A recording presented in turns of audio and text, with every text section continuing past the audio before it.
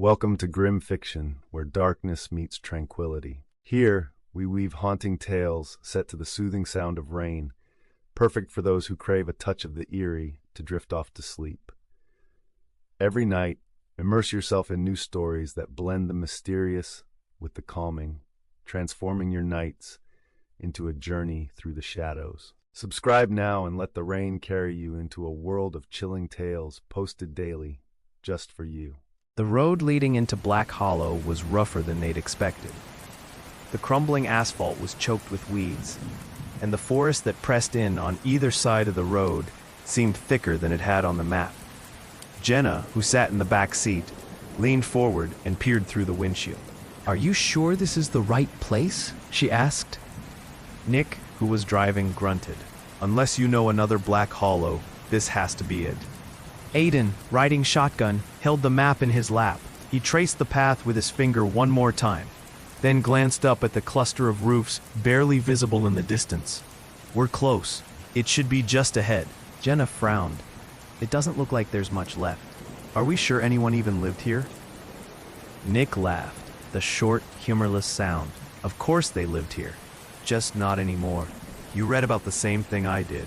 The whole town just vanished one night. All the people gone, houses left empty, like they walked out the front door and never came back." "That was over 100 years ago," Aiden reminded him. "Now it's just a curiosity.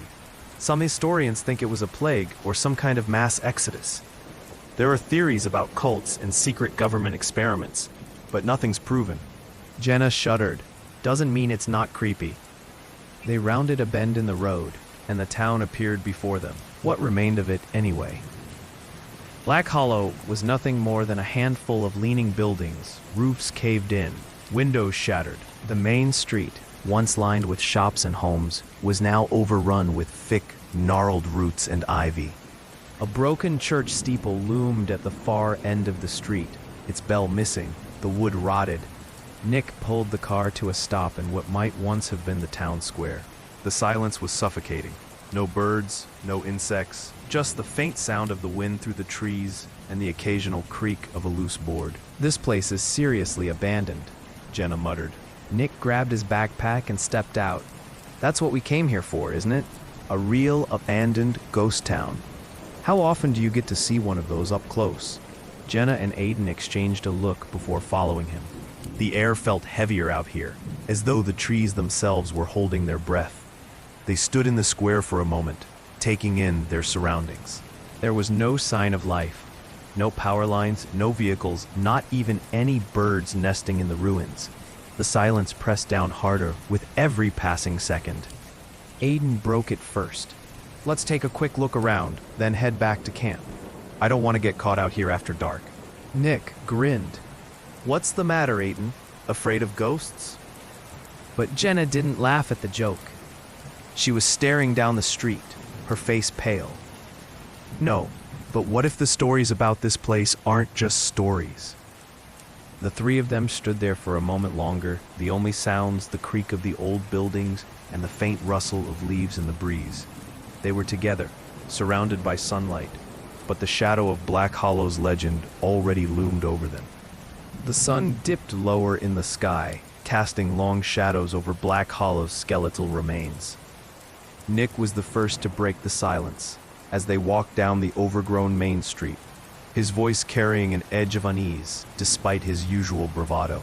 "I mean, it's weird," he said, peering into the hollowed-out frame of what might have been a general store. "Everything's just left. Like they really did vanish overnight. No signs of packing, no personal items scattered around, nothing." Aiden followed him closely, his hands shoved deep in his jacket pockets. Maybe they were sick, some kind of outbreak. When people panic, they don't think about their belongings. Or, Jenna said softly from behind them, maybe they didn't have time to pack. Maybe they were taken. The words hung in the air. No one responded. Nick kicked at a pile of debris, sending dust and brittle wood fragments into the air. The sound echoed off the hollow buildings, but it felt wrong, as if the noise didn't belong here. Jenna glanced over her shoulder, feeling a prickling sensation crawl up the back of her neck. "You hear that?" she asked suddenly, stopping in her tracks. Aiden and Nick turned to look at her. Hear what? Nick asked. Jenna listened. For a moment there was nothing but the sigh of the breeze through the tall grass. But then faintly came a sound. It was high-pitched and erratic, like distant whispering or the keening cry of an animal. The sound was faint enough that she thought she might have imagined it. There, she whispered. It's like a voice, or voices. Aiden strained to listen, but after a few seconds, he shook his head. I don't hear anything. Nick shrugged. It's probably the wind. These old buildings make all kinds of weird noises when the breeze hits them. Jenna nodded, but the uneasy feeling in her chest remained. She kept quiet as they moved on, but her eyes darted nervously toward every shadow, every creaking board. The sense that someone or something was watching grew stronger with every step. They came upon what used to be the town square. A broken fountain stood at the center, its basin cracked and dry. Nick hopped up onto the rim, pretending to survey the ruins like an explorer. This would be the perfect spot for a horror movie, he said, trying to lighten the mood. Ghosts popping out of that old hotel over there. Creepy kids playing jump rope in front of the schoolhouse. Jenna frowned. Not funny, Nick. He was about to respond when the sound of something scraping against wood froze all three of them in place. It wasn't the wind. It was deliberate, rhythmic like claws raking across the surface of a door. Did you hear that? Aiden whispered. This time everyone had. They turned toward the sound, eyes fixed on the sagging doorway of a nearby building. The scraping stopped abruptly. A silence followed, so heavy it seemed to suck the air out of the square. Nick stepped down from the fountain, his cocky demeanor evaporating. It's probably just an animal, he said, though he didn't sound sure. Let's not stick around to find out, Jenna murmured. She was already backing away, her instincts screaming to leave. Aiden hesitated, as if debating whether they should investigate, but ultimately followed her lead. They made their way back toward the car in tense silence. Jenna couldn't shake the feeling that the shadows behind them were deeper than before, that the air was colder, and that something unseen had begun to stir. By the time they reached the car, the first pale glow of twilight was settling over Black Hollow. I think we've seen enough for today, Aiden said as they climbed into the car. Nick nodded, uncharacteristically quiet. As they drove back toward the campground where they'd planned to spend the night, the feeling of unease remained. None of them noticed the faint handprint smeared on the back window, a child-sized hand, too high to have come from the ground. It was gone the next time they looked. Morning came heavy with fog. Jenna stirred first, groaning as she rolled off her makeshift bed of bundled jackets in the tent. She yawned, stretching stiffly, before unzipping the tent flap. The campsite was eerily quiet, too quiet, even for such an isolated spot. The forest, usually alive with the chirps of birds and the rustle of small animals, was as silent as the grave. Nick was already up, poking at the remains of the fire with a stick. Coffee's not happening. I can't get this thing to stay lit, he said, his voice flat. His usual confidence was missing, and Jenna noticed the dark circles under his eyes. You okay? She asked. Fine, he said quickly, though the tension in his jaw said otherwise. Aiden emerged from the tent a moment later, clutching his camera bag. Everyone sleep all right? Nick didn't answer, but Jenna shook her head. No, I kept hearing things, like footsteps, but not close enough to see anything. Just enough to keep me awake. Aiden nodded grimly. Same here. I thought I saw a light flicker in the woods, but it was gone when I checked. Nick tossed his stick into the ashes and stood. Whatever. Let's just get back to the town and finish up. I'm over this place. They packed quickly and returned to Black Hollow. The sun was higher now, burning away the fog, but the village was still wrapped in its own strange, suffocating atmosphere. Even in daylight, it felt as if something old and hungry was watching them from the shadows. Their plan was simple. Take more photos, grab whatever documentation they could find, and get out. Jenna didn't argue. The sooner they could leave, the better. They split up to cover more ground. Aiden wandered toward the remains of the schoolhouse, camera in hand. Nick headed back to the bell tower, muttering about seeing something weird up there the day before. Jenna, not wanting to be alone, stuck close to the town's small inn, a crumbling two-story building that leaned precariously against the wind. Inside, the inn was in surprisingly good shape, as though time had passed it by, while the rest of Black Hollow fell into ruin.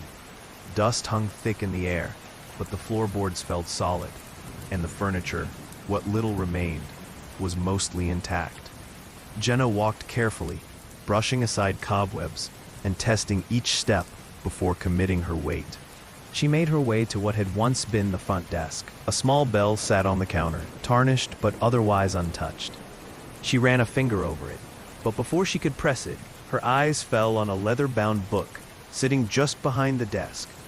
It seemed oddly out of place, too pristine for a building abandoned for more than a century. Jenna reached for it and hesitated. Something about the book made her skin crawl, but she couldn't put her finger on why. Swallowing her unease, she picked it up. It was heavier than it looked, bound in dark, cracked leather and secured with a small iron clasp. It was locked. Her first thought was relief. She didn't want to know what might be written inside, but the second thought, quieter and more insistent, was curiosity. Why lock a book if there was nothing to hide? And why did it feel so cold in her hands, as if it had just been pulled from a freezer? "Guys," she called, her voice cracking the silence. Footsteps echoed down the hallway, and Nick appeared, his expression annoyed. "What is it?" Look at this. She held up the journal. Nick eyed it warily, then snatched it from her hands.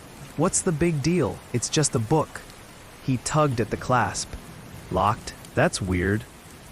Aiden arrived, camera slung around his neck. "What's going on?" Jenna found some old diary or something. "But it's locked," Nick said. He shook it as if the contents would spill out. "I bet there's something inside that explains what happened to this place." Or it's just someone's personal diary, Jenna said, reaching for the book. "We don't have to read it." Nick pulled it away. "Are you serious? This is what we..." By the time they regrouped at the car, the sun was beginning to dip below the jagged line of trees. The golden light filtered through the dense branches, casting long, trembling shadows across the broken road. Black Hollow seemed to fold in on itself as the daylight drained away, the ruins pressing closer together like spectators leaning in to watch. "We should head back to camp before it gets too dark," Aiden said, though his voice lacked conviction. He glanced over his shoulder, his eyes lingering on the crooked bell tower. "I don't like the idea of being out here after sundown." "Why?" Nick asked, half joking. "You think the monsters come out at night?" Aiden shot him a sharp look. "I'm serious, Nick. You've felt it too. This place isn't normal." Jenna stood off to the side, rubbing her arms as if the temperature had suddenly dropped. She had said very little since they found the locked journal, and now her expression was distant, as though listening to something only she could hear. Nick looked at her, his grin fading. "What about you, Jenna? You cool?" She shook herself out of her daze and nodded. "Yeah, I'm fine. Let's just go." The three of them climbed into the car, their movements quick and stiff. Nick started the engine, and they began the bumpy ride back to the campground. The road was even more treacherous in the waning light, with tree roots buckling the asphalt and shrubs creeping in from the edges. None of them spoke much during the drive. Nick fiddled with the radio, but only static came through. Aiden occasionally checked his phone, though he had no signal. Jenna sat quietly in the back, staring out the window as the forest seemed to grow darker with every passing second. By the time they reached the campground, the sun had fully set and a deep blue twilight had swallowed the woods. They quickly set up their tents and built a small fire, though the flames didn't seem to chase the chill from the air. The forest around them was unnervingly quiet. Not even the usual nighttime sounds, no crickets, no owls, disturbed the stillness. Nick tried to keep the mood light, poking at the fire with a stick and telling an old urban legend he'd heard in college. But his voice sounded hollow, as if the words didn't belong here. Aiden barely reacted, too busy scrolling through old photos on his phone. Jenna remained withdrawn, her eyes fixed on the edge of the woods. Aiden finally broke the silence. "I think we should leave tomorrow," he said. "Forget the pictures, forget the journal. This place isn't worth it." Nick looked up, his brows furrowed. "You're letting some creepy old buildings get to you?" "It's not just the buildings, Nick." Aiden leaned forward, his voice low. "There's something wrong here. I felt it since we arrived. You felt it too. The way the air changes when you step into town, the sounds that come from nowhere, the feeling that someone's watching you. Jenna finished quietly. She finally looked up, her face pale. I felt it too. Nick hesitated. He wanted to brush them off, to tell them they were just being paranoid, but something about Jenna's voice made his stomach twist. He tossed the stick into the fire and ran a hand through his hair. Fine. If you're that freaked out, we'll head out in the morning. Good, Aiden said. I don't care if it sounds crazy. I just want to get out of here. Jenna nodded silently. The fire crackled between them, and for a moment, the tension seemed to ease. But then, Jenna froze, her eyes widening. What is it? Nick asked, turning to follow her gaze. She didn't answer. She was staring at the tree line where a dim light flickered. It wasn't the orange glow of their fire reflected on the trees. This was colder, a pale bluish white that hovered for a moment, then vanished. I saw it last night, Aiden whispered. That same light. Nick stood, squinting into the darkness. Maybe it's another camper? There's no one else here, Aiden said. No other cars, no other tents. It's just us. A light flickered again, closer this time. Jenna grabbed Aiden's arm. What is that? Before anyone could answer, the wind shifted. The fire sputtered and a low, hollow sound drifted through the campground. It wasn't quite a whisper and not quite a moan, more like the echo of a voice lost in a cavern. It seemed to come from all around them, a faint, chilling sound that sent shivers racing down their spines. Nick stepped closer to the fire. Probably just the wind. But Aiden shook his head. That's not the wind. The sound grew louder, still faint but somehow more defined. It was a voice, layered and garbled, speaking words none of them could understand. The three of them stood frozen, their eyes darting around the darkened woods, searching for the source. Then, as suddenly as it began, the sound stopped. Nick exhaled, forcing a laugh. Well, see? It's nothing. Just... A branch snapped somewhere in the darkness. The light flickered again, closer still, and now there was no denying it. Something was moving through the trees. Something pale and glowing, weaving between the trunks like a ghostly lantern. Jenna grabbed her backpack and moved toward the tent. I don't care what you say. I'm sleeping in the car. Aiden followed her. Good idea.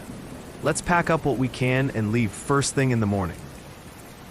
Nick hesitated, staring at the faint light that danced through the woods. For once, he didn't argue. They hurried to gather their things, stuffing sleeping bags and flashlights into the trunk. As they climbed into the car and locked the doors, the glowing light vanished again, leaving them in darkness. Inside the car, the silence was deafening. None of them said a word. Nick started the engine, and the faint beam of the headlights illuminated the forest, just enough for them to see that the trees were still. But the feeling remained that they weren't alone, and that the night had only just begun. The next morning, the sunlight felt feeble, struggling to break through the dense canopy of trees overhead. None of them had slept much, if at all. The fire had gone out long before dawn, and they'd stayed huddled in the car, taking turns keeping watch. Though the woods remained quiet, the oppressive feeling from the night before hadn't lifted. Nick broke the silence first as he leaned against the hood, chewing on a granola bar he didn't seem to taste. So we still leaving? Aiden glanced at him, then at Jenna. She was pale, her shoulders drawn tight, but her expression was resolute. Not yet, she said quietly. I think we need to figure out what's going on first. Figure it out? Nick raised an eyebrow. You mean, stay longer? Jenna nodded, her voice firmer this time. We can't just run. If we leave now, we'll never know the truth about this place. You saw the lights, you heard the whispers. Something's here, something that's been here for a long time. I don't want to spend the rest of my life wondering what we walked away from. Aiden looked torn. You don't think we're already in over our heads? Jenna hesitated, but then her eyes fell on the journal in Nick's backpack. That book, whatever's in it, might have answers, if we can get it open. Nick sighed. Fine. If you two want to keep poking around, I'm not leaving without you. But I'm telling you, This is how people end up in those dumb true crime documentaries. 3 friends disappeared in an abandoned town, never seen again. Despite his sarcasm, he picked up his bag and followed Jenna and Aiden back toward the town. The walk felt longer than it had the first time. Every rustle of leaves or snapping of twigs made them flinch, and the trees seemed to lean closer together, their bare branches like skeletal hands overhead. By the time they reached the edge of Black Hollow, the tension between them had built into a near-constant hum. Jenna led them toward one of the larger buildings, what looked like it might have been a meeting hall or community center. The structure was more intact than the others, its walls still standing, though heavily weathered and marked with deep scratches. "What are we looking for?" Nick asked as I stepped inside. Jenna moved toward a set of shelves that were half collapsed under the weight of old, mildewed books and papers. "I don't know exactly. Just anything that tells us what happened here." The 3 of them began sifting through the debris, brushing off cobwebs and cautiously turning the fragile pages of documents that crumbled at the edges. Most of what they found were mundane records, tax rolls, faded receipts, lists of supplies. But then Aiden uncovered a leather-bound ledger that looked different from the rest. "Guys, check this out," he said, his voice hushed. He laid the ledger on a nearby table, and they gathered around. The writing inside was cramped and uneven, as if the author had been in a hurry. Dates ran along the margins, starting from the spring of 1887. The entries were brief at first. March 12th, 1887. The thickness spreads. 3 more taken this morning. The bodies are strange faces, unrecognizable. Not a disease I've ever seen. April 5th, 1887. It moves fast now. 2 days is all it takes. Fever, then the change. We cannot bury them fast enough. May 2nd, 1887. We've tried everything, bleeding, poultices, even the old remedies passed down from the ancestors. Nothing works. They all end the same way, hollow-eyed and wild. A cold knot formed in Jenna's stomach. It sounds like an outbreak, some kind of plague. Nick frowned. But what does he mean by the change? What happens to them? Aiden turned the page, and their blood ran cold. The next entry had no date. The handwriting was almost illegible, scrawled in deep, heavy strokes that tore through the page. They are not dead. They walk. They watch. They wait. Their eyes, black as night. I cannot stay here any longer. The town is lost. God forgive us. For a long moment, none of them spoke. Then Jenna whispered, "He's describing something else, not just a sickness, something worse." Aiden shook his head, his face pale. "This could all just be exaggeration, right? Superstition. People get scared, and they see things that aren't real." "Do they?" Jenna asked. She turned to Nick. "What about the scratches on the buildings? The whispers? The lights?" Nick opened his mouth, then shut it. He had no answer. They kept reading, but the entries ended there. The last few pages of the ledger were blank. Aiden closed the book slowly, as if afraid the words might leap off the page. "So now what? We have a story about a plague and people turning into something else. That doesn't tell us what's still here." Jenna glanced at Nick's backpack, where the locked journal sat. "If we can find the key to that journal, maybe we'll get the rest of the story." Nick groaned. "I knew you were going to say that." But he didn't argue. As they made their way back out into the town square, the atmosphere felt different. The air was heavier, the shadows darker. And somewhere in the distance, that faint, hollow whisper returned low and rhythmic, like the breath of something vast and unseen. It followed them all the way back to the inn. The old inn creaked as they stepped inside, the floorboards groaning under their weight.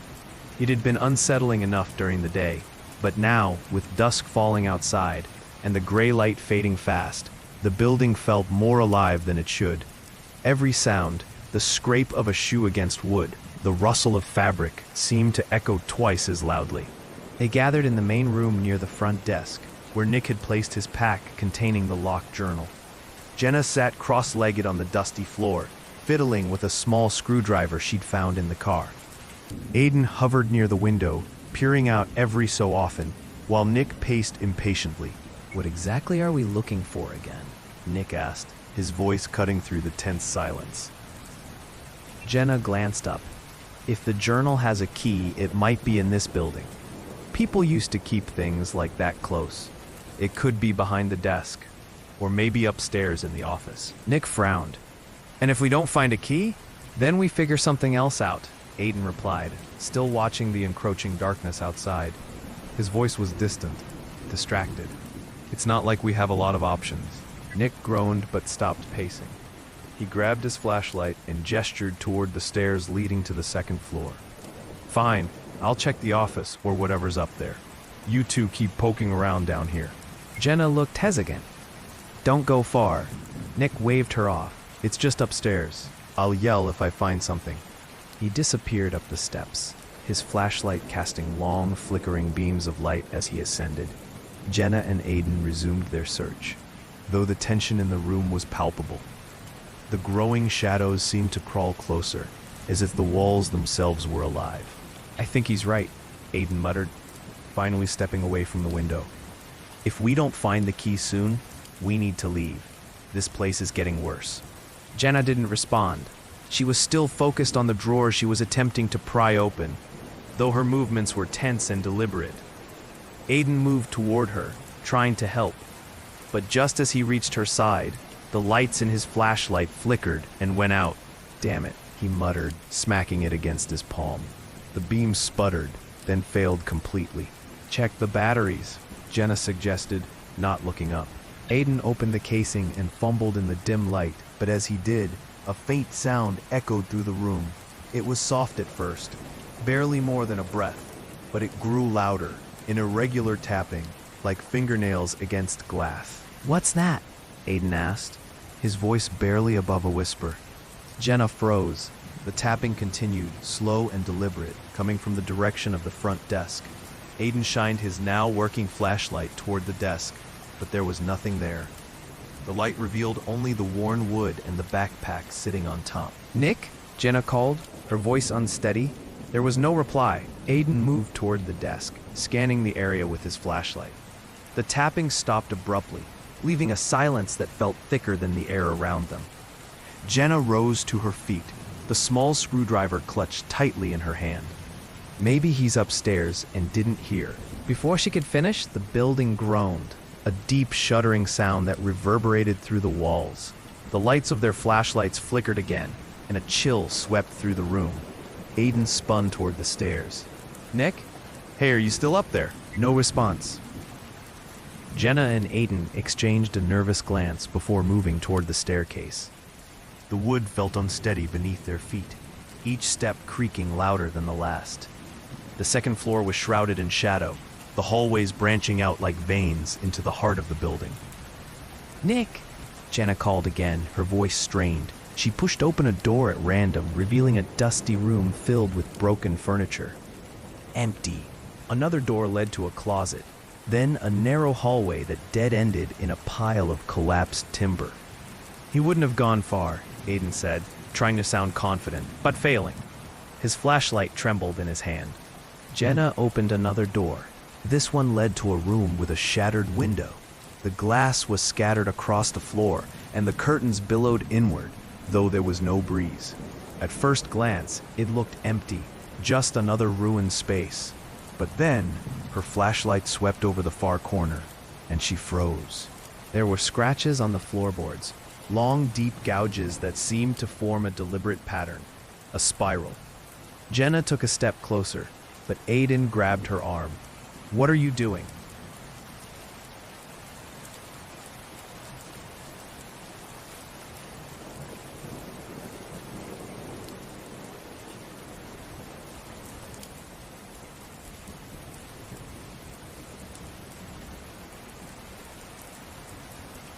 Look at this, she whispered, gesturing to the floor. Aiden reluctantly joined her, and his face paled when he saw the marks. What made those? He asked, his voice barely audible. Before she could answer, a faint voice drifted down the hall, a whisper that didn't belong to either of them. Nick, Jenna asked, her voice trembling. The whisper came again, too low to understand. It sounded like it was coming from the far end of the hallway, Without waiting for a response, Aiden shined his flashlight down the corridor. The beam flickered and wavered, but there was no sign of Nick. Jenna stepped forward cautiously. Nick, if you're playing some kind of joke, it's not funny. The whispering grew louder, more insistent. It wasn't just one voice anymore. It was multiple voices, overlapping, echoing through the building.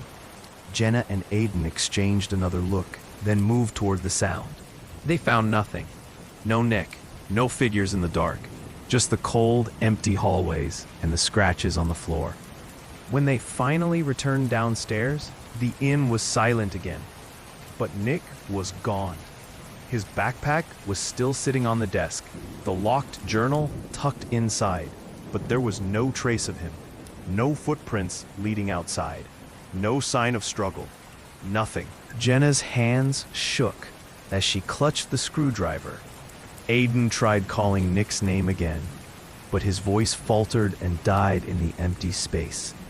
He wouldn't just leave his bag, Jenna whispered. Something happened to him. What? Aiden asked. What could have... I don't know, Jenna snapped, her voice cracking. I don't know, okay? They stood there, breathing heavily, the silence pressing in on them once more. The fading light from the windows cast long shadows across the floor, and for the first time, they realized just how dark it had gotten. Night had come early, too early. Aiden took a step back toward the door. We need to leave, now. Jenna hesitated, her eyes darting back toward the staircase. What about Nick? Aiden shook his head. I don't know, but we can't stay here. Whatever happened to him, we'll figure it out later. We have to go. She didn't move at first, torn between staying to look for Nick and running from the gnawing dread that threatened to consume them. But as the whispering returned, faint, just barely audible, she finally nodded. Together, they hurried out of the inn, the cold air of the night enveloping them. They ran through the crumbling streets of Black Hollow, the shadows of the buildings looming over them like the skeletal remains of giants. But no matter how far they went, the silence followed, and so did the whispers. Jenna and Aiden stumbled out into the town square, their breaths coming in short, panicked bursts. The air was colder than it should have been, as if Black Hollow itself had exhaled a long, icy sigh.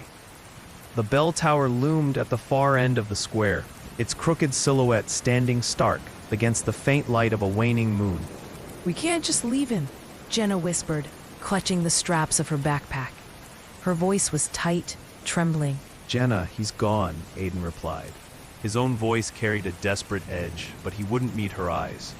Whatever took him, whatever's happening here, we can't stop it. If we don't leave now, we're next. Jenna shook her head, though tears glistened in her eyes. We have to try. We have to figure out what this place is. Maybe, if we understand it, we can get him back. Aiden hesitated. How? You saw what's left of this town. We're chasing shadows. Not just shadows, Jenna said, her gaze drifting toward the bell tower.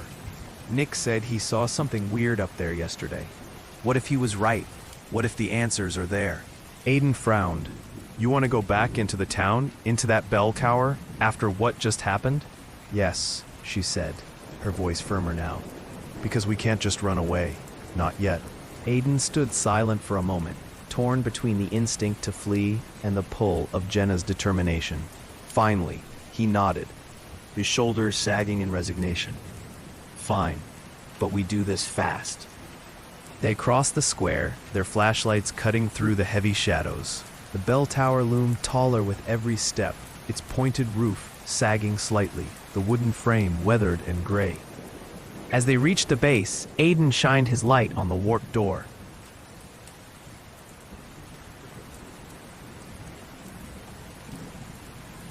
It was slightly ajar, its rusty hinges frozen in mid-swing. A musty metallic smell wafted out, something that had no place in the crisp night air. Jenna pushed the door open wider. The hinges groaned, the sound echoing up into the hollow tower. Inside, the floorboards were warped and uneven. A narrow spiral staircase rose into the darkness, its iron banister crusted with rust. The air inside was heavier, the faint smell growing stronger. I don't like this, Aiden muttered, but Jenna was already stepping inside. Her flashlight beam traced the walls. Strange markings, barely visible under years of dust and grime, circled the interior. They looked like runes or sigils, though Jenna couldn't identify them.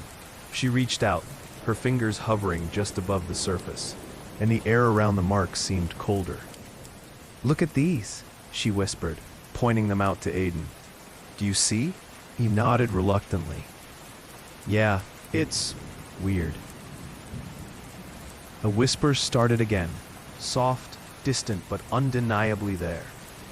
They weren't coming from outside, they were inside the tower, rising faintly from above. Jenna's eyes flicked up toward the unseen ceiling, where the belfry lay in darkness. "I think we have to go up," she said, her voice unsteady. "Do we?" Aiden asked, his knuckles white on the flashlight. "Do we really?" "Yes. Whatever's up there, it might be what's causing this." Aiden muttered something under his breath but nodded. They climbed slowly, each step creaking beneath their weight. The spiral staircase seemed to stretch endlessly, and the whispers grew louder as they ascended. Every now and then, Jenna thought she saw movement in the corner of her eye, a shadow that shifted just before her flashlight beam reached it. She fed nothing, though her hands were shaking. At last, they reached the top.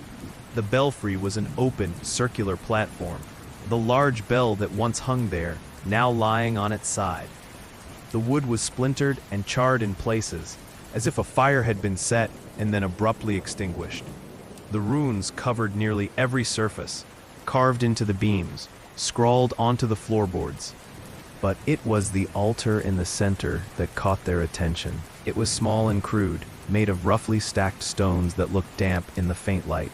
Dried stains ran down its sides, rust-colored streaks that Jenna didn't want to examine too closely. Atop it lay a bundle of bones, human by the look of them, arranged in a spiral pattern. Feathers, charms, and tattered cloth were tied to the corners of the altar, and a faint, sickly glow seemed to emanate from the arrangement. Jenna knelt slowly, her breath catching in her throat. This is it. Some kind of ritual site. Aiden stayed near the wall, his flashlight shaking. What kind of ritual leaves behind that? Jenna didn't answer. Her attention was fixed on the bones, on the way they seemed to hum faintly in the light. She reached out, her hand trembling, but before she could touch them, the whispers swelled. They weren't faint anymore. They were loud, sharp, as if 100 voices were speaking over one another. The runes on the walls and floor seemed to shift, crawling like living things. Aiden stepped back, his back hitting the wall. "Jenna, stop! We shouldn't be here." But Jenna couldn't move. Her eyes were locked on the spiral of bones, her mind racing as the whispers grew deafening. The room seemed to tilt, the walls bending inward, and then the whispers stopped, replaced by a single, low voice.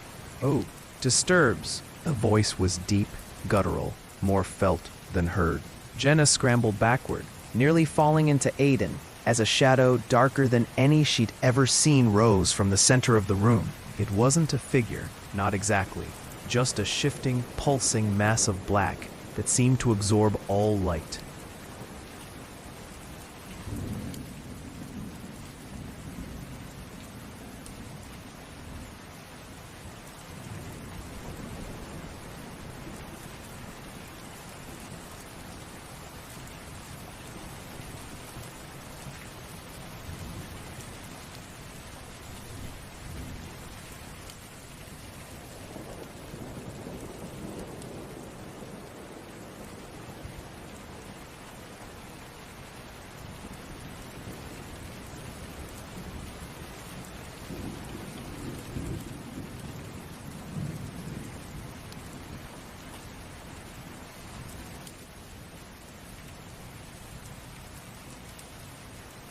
It wasn't a figure, not exactly, just a shifting, pulsing mass of black that seemed to absorb all light.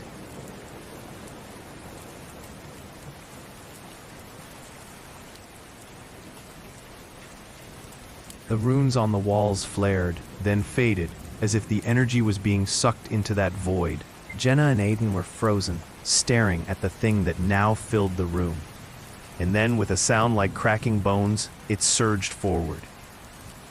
Aiden grabbed Jenna's arm and yanked her backward as the shadow surged. They scrambled down the narrow staircase. The sound of their feet hammering the worn iron steps nearly drowned out by the strange, guttural voice that followed them. The tower seemed to groan and shift, as if it might collapse around them at any moment. "We have to get out of here," Aiden shouted, his voice breaking. He didn't dare look back, not with that inky darkness licking at the edges of the stairs. The whispers hadn't stopped, though they had transformed into something worse. Inhuman murmurs that slithered beneath their skin, rattling their thoughts and making their movements clumsy. Jenna's hand gripped the railing, her knuckles white as she stumbled down the steps. Her heart was pounding, each beat echoing in her ears. But even through her panic, she knew they couldn't just run. Not yet. "No," she yelled. "The journal! We need the journal!" Aiden didn't stop running, but he turned his head briefly, his face pale and furious. "Are you out of your mind? That thing, whatever it is going to kill us." "If we leave it behind, we'll never know what's happening here," Jenna shot back. "That book is the only clue we've got!" Aiden cursed under his breath, but he slowed as they reached the bottom of the stairs. The main room of the inn was just ahead. Jenna darted past him, rushing to the desk where Nick had left his backpack. Her hands were shaking so badly that she fumbled with the zipper, her breath hitching when it jammed. "Hurry up," Aiden hissed, his flashlight beam flitting toward the staircase. Something heavy was moving up there, the groaning timbers making it sound as though the whole structure was alive. The whispers were louder now, filling the room with a suffocating pressure that made it hard to think. Jenna finally yanked the backpack open and grabbed the locked journal. She clutched it tightly, then spun around to face Aiden. "Let's go." They bolted out of the inn and into the street. The air was icy, stinging their faces as they ran. The shadow hadn't followed them outside yet, but the oppressive feeling lingered, the sense that something monstrous was just out of sight, watching. They didn't stop running until they were halfway to the car. Panting, they collapsed onto the ground, leaning against the trunk of a gnarled tree. Aiden held his head in his hands, trying to steady his breathing. Jenna sat with the journal in her lap, staring down at the locked clasp. "What do we do now?" Aiden asked after a moment, his voice hoarse. "That thing, it's real, Jenna. It's not just some stupid ghost story. That shadow, it's alive." Jenna didn't answer right away.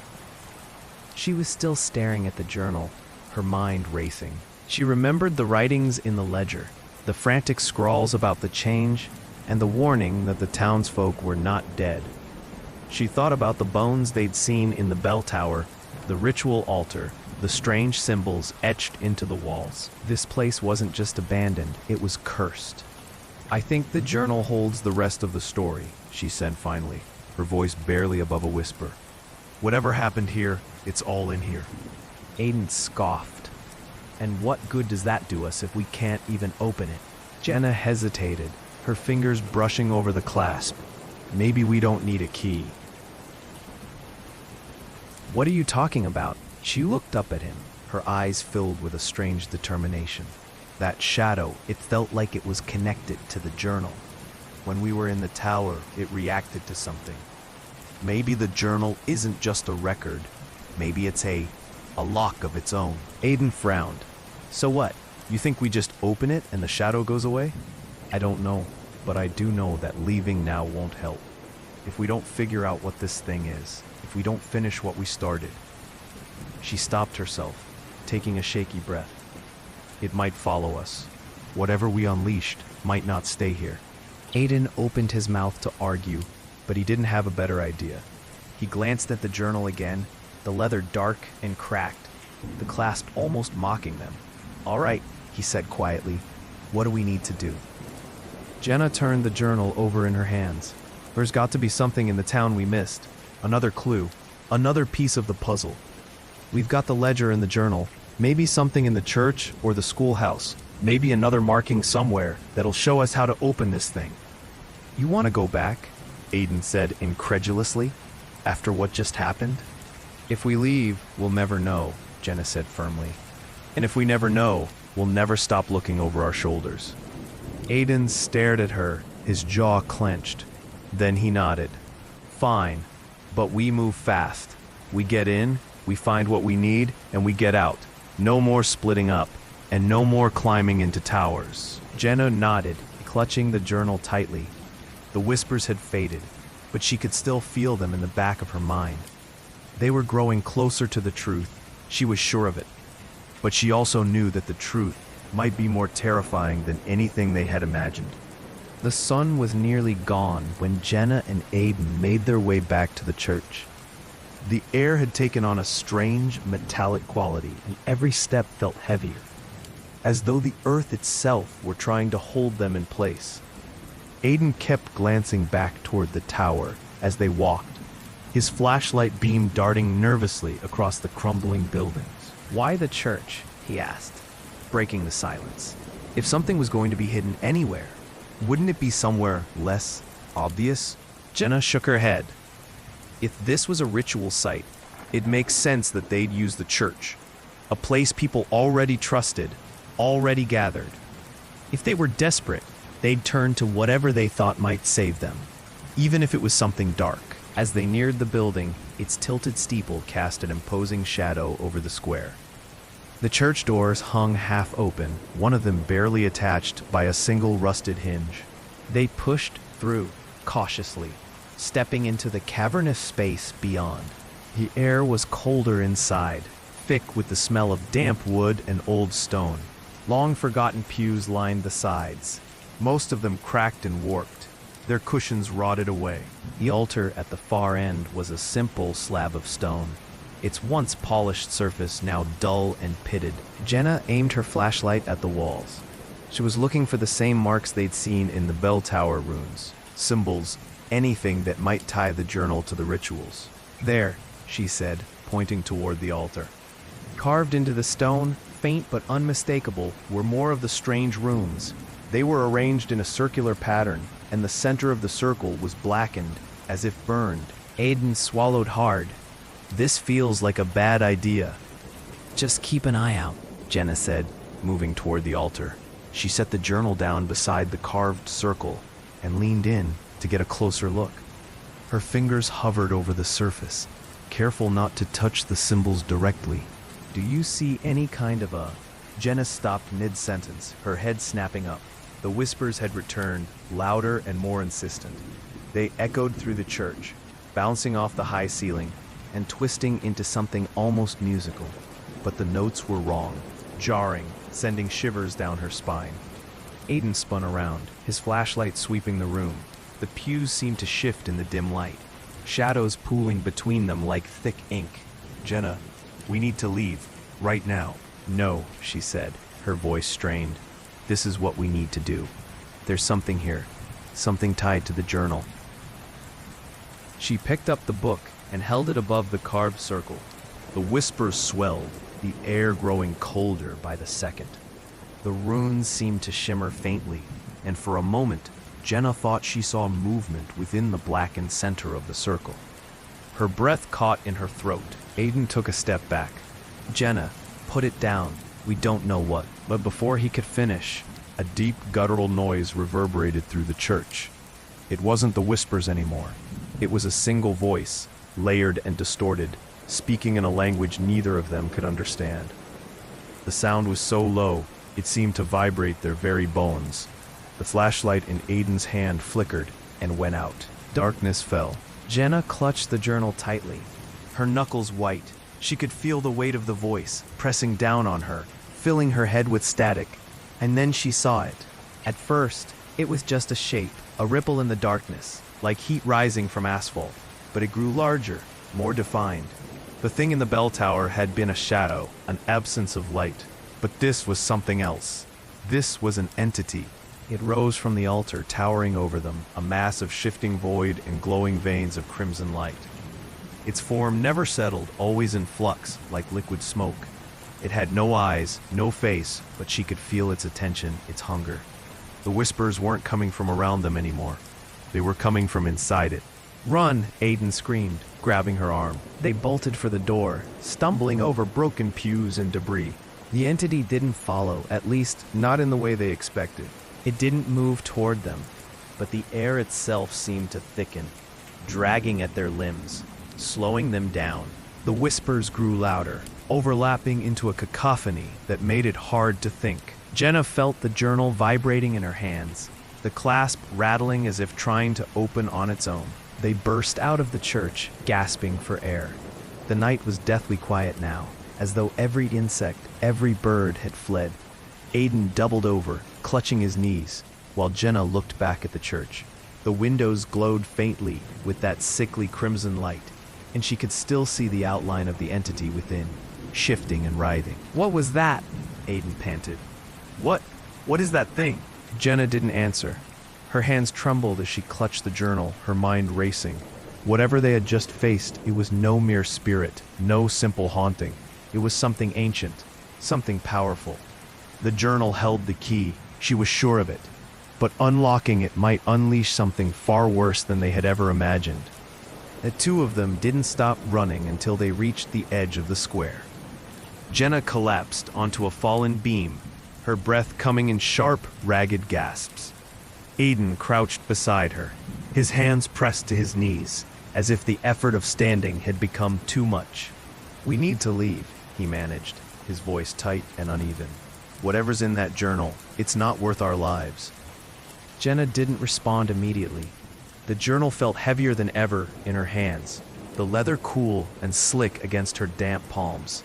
She stared at the clasp, now perfectly still, as if mocking her with its silence. The memory of the shadowy entity lingered, the way it had twisted the air, the way the whispers had filled her mind with thoughts that weren't her own. But it wasn't just the entity that haunted her now. It was something else, something she'd glimpsed in the corners of her vision as they fled the church. I saw them, she finally said, her voice barely above a whisper. Aiden looked at her sharply. Saw what? The townsfolk, she said, her eyes wide and distant. They were there, for just a second. I saw their faces, pale, hollow-eyed, staring at me. She swallowed hard, her voice trembling. It was like they were still here, still suffering. Aiden shook his head, his jaw tight. It's this place, Jenna. It's messing with our heads. We need to leave before it gets worse. She tore her gaze from the journal and looked at him.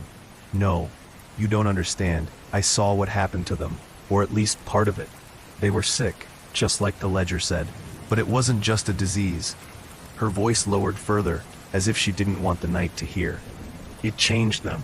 Aiden straightened, his face pale in the dim light. Changed them how? Jenna hesitated, her breath hitching. I saw their bodies, twisting. Their eyes turned black, their skin cracked like old wood. They weren't human anymore. Whatever the townsfolk summoned, it didn't just take them. It made them into something else, something that never really left. He stared at her, his expression a mixture of fear and disbelief. You think the whole town's still here? That they're just, what, hiding in the shadows? She shook her head. No, not hiding. Trapped. As if on cue, a soft sound drifted across the square. It was faint at first, barely distinguishable from the rustling of the trees. But it grew louder, and soon they realized it wasn't just one sound, it was many. The whispers. Aiden turned slowly, his flashlight beam sweeping the empty square. The buildings cast long, jagged shadows across the cracked pavement, but nothing moved. The light flickered, then steadied, casting faint glimmers on the shattered windows and crumbling facades. The whispers grew more distinct. They weren't just murmurs anymore. They were words, overlapping, garbled. Jenna couldn't make sense of them, but the tone was unmistakable. Desperation, fear, anger. She felt them pressing in on her, the voices of hundreds, maybe thousands, all speaking at once. Then came the first scream. It ripped through the air, sharp and agonized, cutting through the cacophony. Aiden flinched, his flashlight jerking wildly. Another scream followed, then another. The sounds were so real, so visceral, that Jenna felt her stomach twist. She clutched the journal tighter, as if it might shield her from the onslaught of noise. They're reliving it, she whispered, her voice shaking. They're reliving what happened. Aiden's eyes darted around the square. I don't see anything. It's just sound. There's nothing there. Jenna's flashlight beam flickered and caught a glimpse of movement near the edge of the square. At first, she thought it was just a shadow shifting, but then she saw it again, a figure, pale and indistinct, staggering through the darkness. "There," she said, pointing. Aiden turned his light toward the movement, And more figures began to appear. They emerged from the alleys, from the doorways of the ruined buildings. Dozens of them, their forms translucent but painfully detailed. Their faces were gaunt, their eyes dark pits that seemed to absorb the light. Their bodies were twisted, some hunched, others elongated, their limbs moving unnaturally. The square filled with them. The specters moved aimlessly, their mouths open in silent screams that only the whispers carried. It was as if they were caught in the moment of their deaths, forever replaying the horror that had consumed the town. Jenna felt tears streaming down her face. "We have to help them," she said, her voice breaking. "We have to find out how to end this." Aiden grabbed her arm, his grip tight. "How? How do you end something like this? We can't even touch them." Before she could answer, one of the specters turned its hollow gaze toward them. It was slow at first, but then others followed. The whispers swelled, growing louder and more chaotic. The specters began to move with purpose now, their twisted forms jerking toward Jenna and Aiden. "Run!" Aiden shouted, pulling her to her feet. They bolted across the square, the specters closing in behind them. The whispers were deafening now, a storm of voices that filled their ears and minds, making it hard to think, to breathe. Jenna stumbled once, but caught herself, clutching the journal to her chest, as if it were her lifeline. As they reached the edge of the square, Jenna risked a glance back. The specters had stopped, lingering at the boundary as if unable or unwilling to leave. But they watched, their empty eyes fixed on the fleeing pair. The whispers faded, leaving only the sound of their ragged breathing and the distant rustling of leaves. Jenna sank to her knees, the journal still in her grip. "They're not just ghosts," she said, her voice barely audible. "They're trapped memories, echoes of what happened here. And if we don't stop it, they'll never rest." Aiden leaned against a crumpling wall, his face pale. "You're assuming we can stop it. You're assuming it can even be stopped." Jenna looked up at him, her expression filled with equal parts fear and resolve. "We have to try. The journal brought us this far. There has to be a way to end this, before it's too late." Aiden shook his head, but he didn't argue. Instead, he stood silently, staring at the darkened square as the faint whispers began to stir once more. The first thing Jenna noticed as they staggered away from the square was the fog. It had come in almost without warning, rolling down the ruined streets in thick, silent waves. The air grew colder as the mist swallowed the buildings, muffling their footsteps and swallowing their voices. Aiden swore under his breath, shining his flashlight into the gray haze. The beam barely cut more than a few feet ahead before dissolving. "We should be able to see the car from here," he muttered, but all he could make out was the featureless white surrounding them. "It's too thick," Jenna said, her voice trembling. She gripped the journal tightly against her chest, as if it could protect her. "This wasn't here before." "That's what I'm saying. It shouldn't be here. We were just at the edge of the woods a second ago."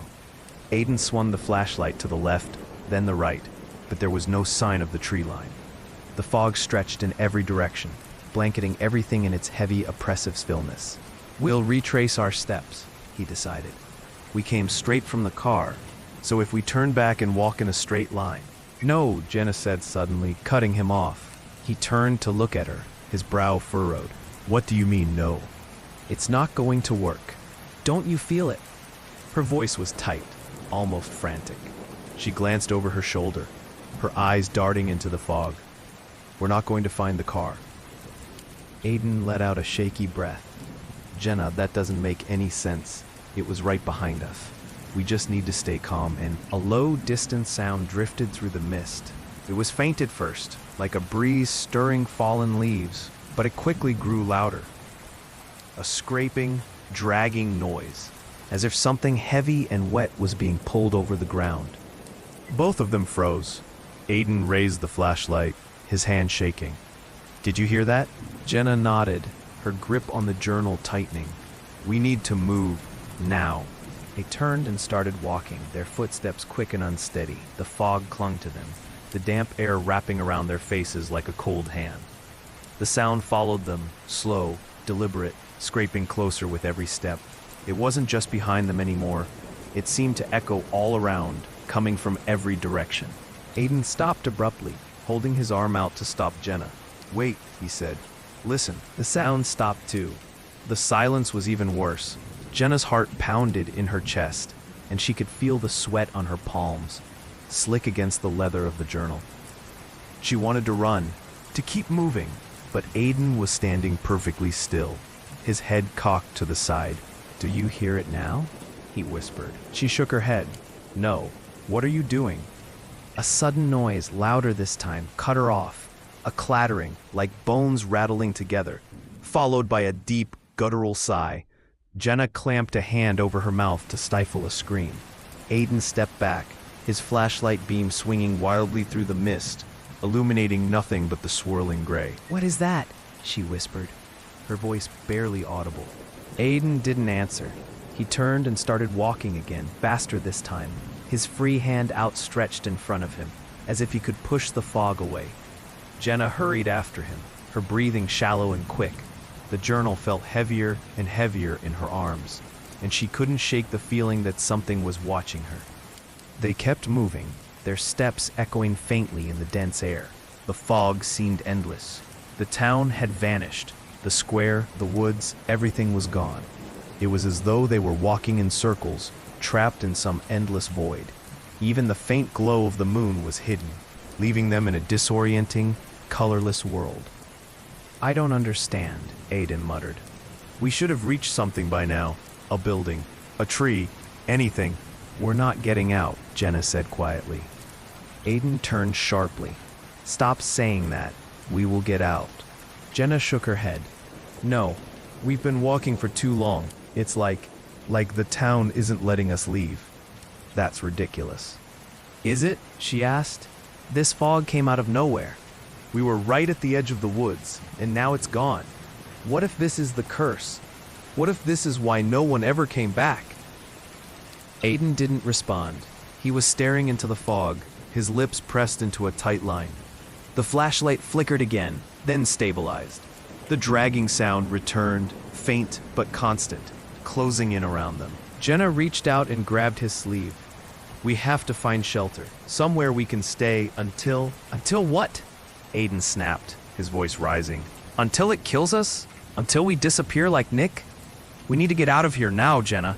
Before she could argue, the dragging sound changed. It became faster, more purposeful. And then it wasn't just one sound, it was several. Multiple scraping, dragging noises, accompanied by faint whispers that seemed to crawl out of the fog and into their ears. They ran. Jenna didn't know which direction they were going. She just followed Aiden, her legs pumping, her breath burning in her chest. The journal thumped against her ribs with every step, and the fog seemed to grow thicker, heavier, until it felt like they were wading through water. The sounds grew louder, closer. Jenna's lungs burned, her legs ached, but she didn't dare stop. She could feel it behind her, the weight of something enormous and unseen, something that wasn't supposed to exist. The whispers clawed at her mind, faint words she couldn't understand, but they filled her with an overwhelming sense of dread. Aiden skidded to a stop ahead of her, his flashlight beam bouncing erratically. Jenna nearly ran into him. "What are you doing?" she cried. "There's something up ahead," he said, his voice tight. "I think it's..." A shape emerged from the fog. At first it looked like another ruin, just a jagged silhouette. But as they drew closer, Jenna realized it wasn't a building. It was something more ancient, more alien. Tall, angular spires jutted out at unnatural angles, and the surface shimmered faintly, as though it was covered in frost. Aiden raised his flashlight, illuminating a massive doorway carved into the structure. The runes were back-etched deep into the stone, glowing faintly with the same crimson light they'd seen in the church. Jenna's stomach twisted. "We have to go inside," she said, surprising herself with the certainty in her voice. "Are you insane?" Aiden shot back. "After everything we've seen, You want to go into that? She turned to him, her face pale but determined. We don't have a choice. It's coming for us. If we don't go in, we'll never make it out of the fog. Aiden hesitated, the flashlight shaking in his grip. The dragging noises were close now, too close. The whispers were louder than ever, pressing against their ears, their minds. Okay, he said finally. Okay, but this is the last time. If we make it out of there alive, we leave. Agreed? Jenna nodded, clutching the journal tighter. Agreed. Together, they stepped toward the ancient doorway. The fog swirled around them, and the crimson runes flared brighter as they approached. The doorway yawned open, like the mouth of some great beast. They entered, their flashlights casting weak beams into the darkness beyond, and the whispers followed them inside. The ancient doorway closed behind them, the massive slab of stone grinding into place with a deafening finality. Aiden spun around, his flashlight beam darting across the smooth surface. There were no handles, no hinges, no sign that the door had ever been opened. They were sealed inside. Great, Aiden muttered. Now what? Jenna didn't answer. Her focus was on the chamber they'd entered. The space was vast, far larger than it should have been given the structure's outward size. The air was cold, heavy, and faintly metallic. Strange carvings covered the walls, glowing faintly red, their shapes shifting if she looked at them for too long. She tightened her grip on the journal, its weight a constant reminder of the mystery they were unraveling. Jenna? Aiden's voice was sharper now, almost pleading. What are we supposed to do in here? She turned toward him, her expression unreadable. I don't know. But this place, it's connected to the journal. I can feel it. Aiden looked at her like she'd lost her mind. Feel it? What are you even talking about? This place isn't just weird, it's impossible. How is it so big in here? Why are the walls moving? He gestured at the carvings, his flashlight beam catching the way the lines shimmered and shifted. This isn't normal. None of this is normal. Jenna held the journal up. Nothing about Black Hollow is normal. That's the point.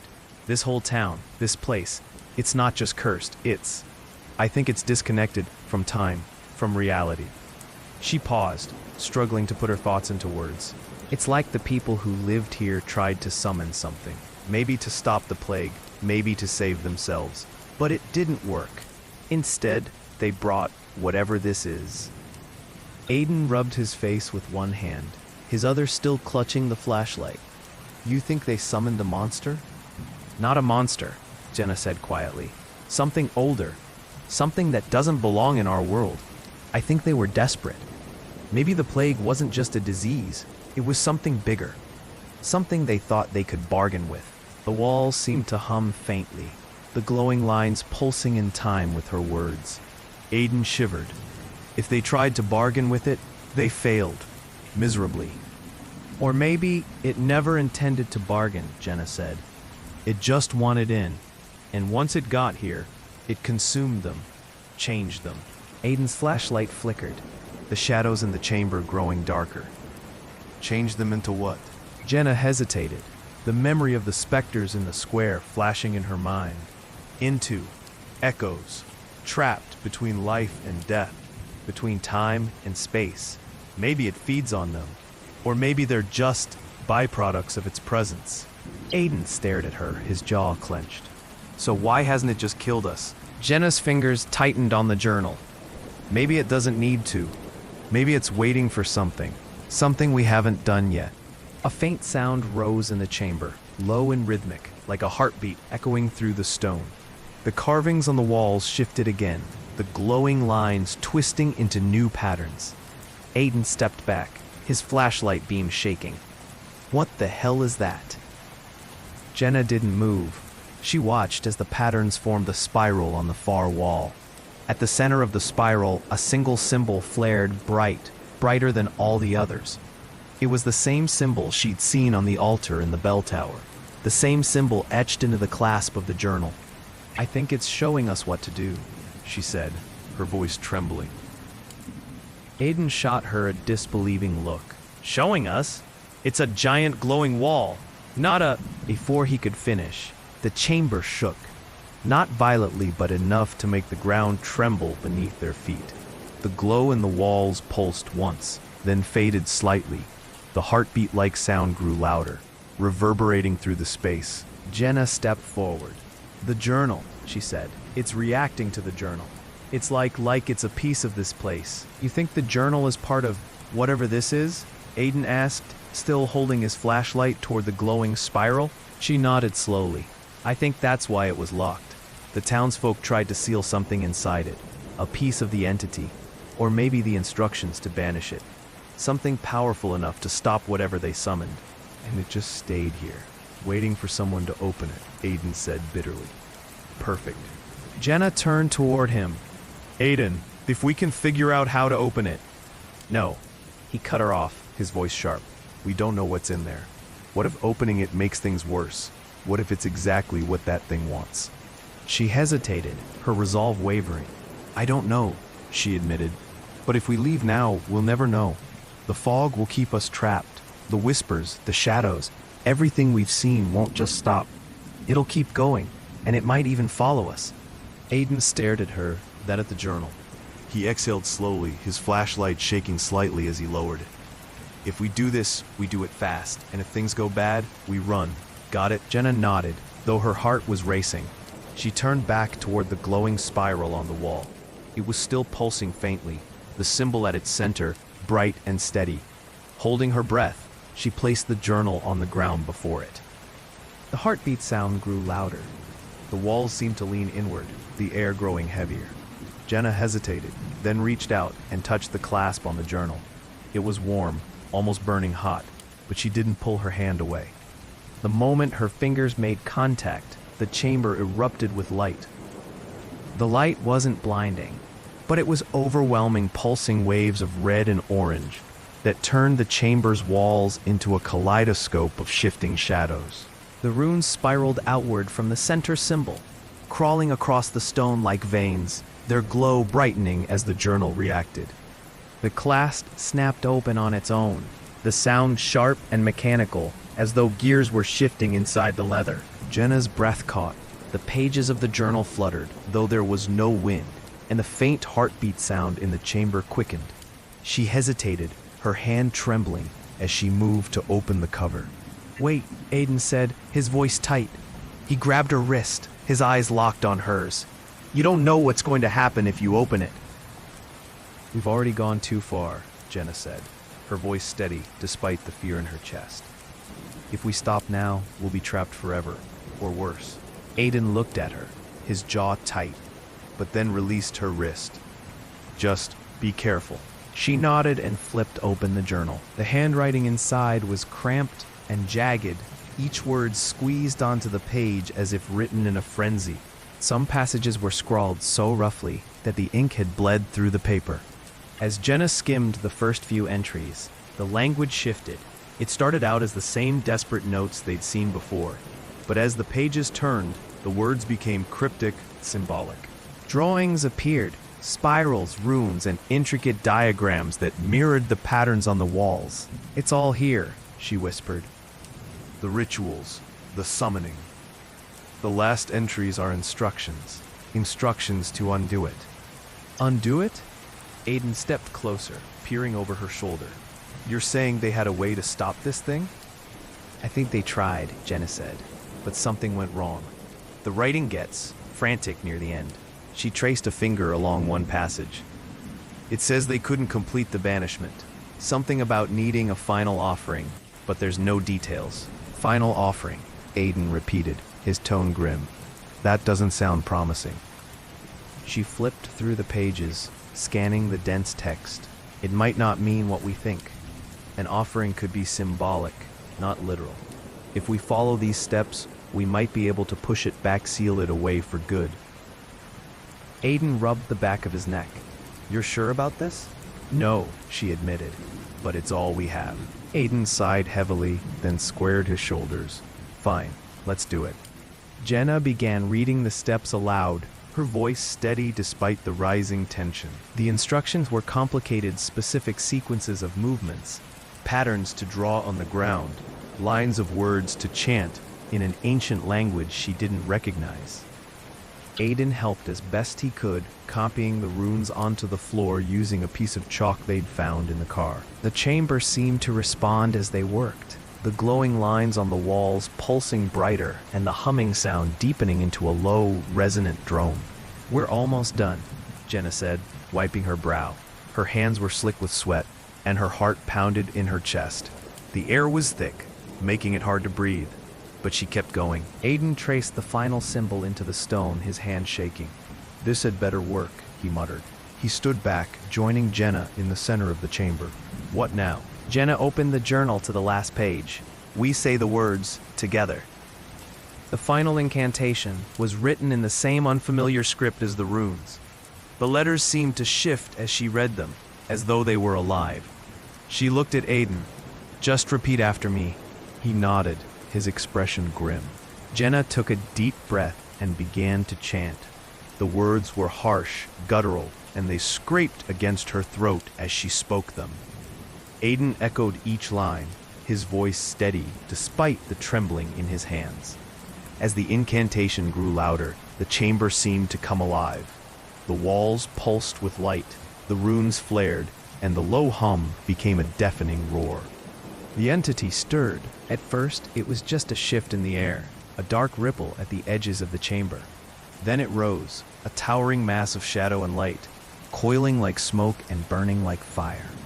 The runes on the walls fought against it, their glow intensifying, but the entity pushed back, warping the space around it. "Keep going," Jenna shouted over the noise. "We're almost there." Aiden's voice faltered, but he continued. The journal's pages whipped in the windless chamber, and the final line of the incantation burned into the paper, as if seared by an invisible flame. The entity lunged forward, its formless body surging toward them, but the runes on the floor held it back, forming a barrier of crimson light. Jenna and Aiden shouted the last line of the incantation together, their voices raw and desperate. The runes flashed brilliantly, and the entity let out a bone-shaking roar. The chamber trembled, cracks spidering across the walls as the light and darkness clashed. And then, with a final piercing shriek, the entity collapsed inward. The shadows spiraled into the central rune, disappearing in a blinding flare of light. The runes on the walls dimmed, the humming stopped, and the chamber fell silent. Jenna and Aiden stood frozen, their ears ringing, their breathing ragged.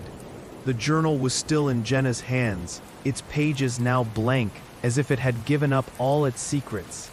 The glowing patterns on the walls had faded completely, leaving the chamber dull and lifeless. "It's gone," Jenna said, her voice barely audible.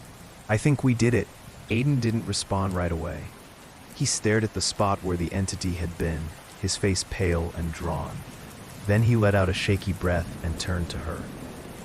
"Let's get out of here." "Now." Jenna nodded. They turned toward the door, which now stood open, revealing the misty landscape beyond. The fog was already beginning to clear, the oppressive weight in the air lifting. They walked out together, the journal still clutched tightly in Jenna's hands. The town of Black Hollow was eerily quiet, but the whispers were gone. They didn't look back.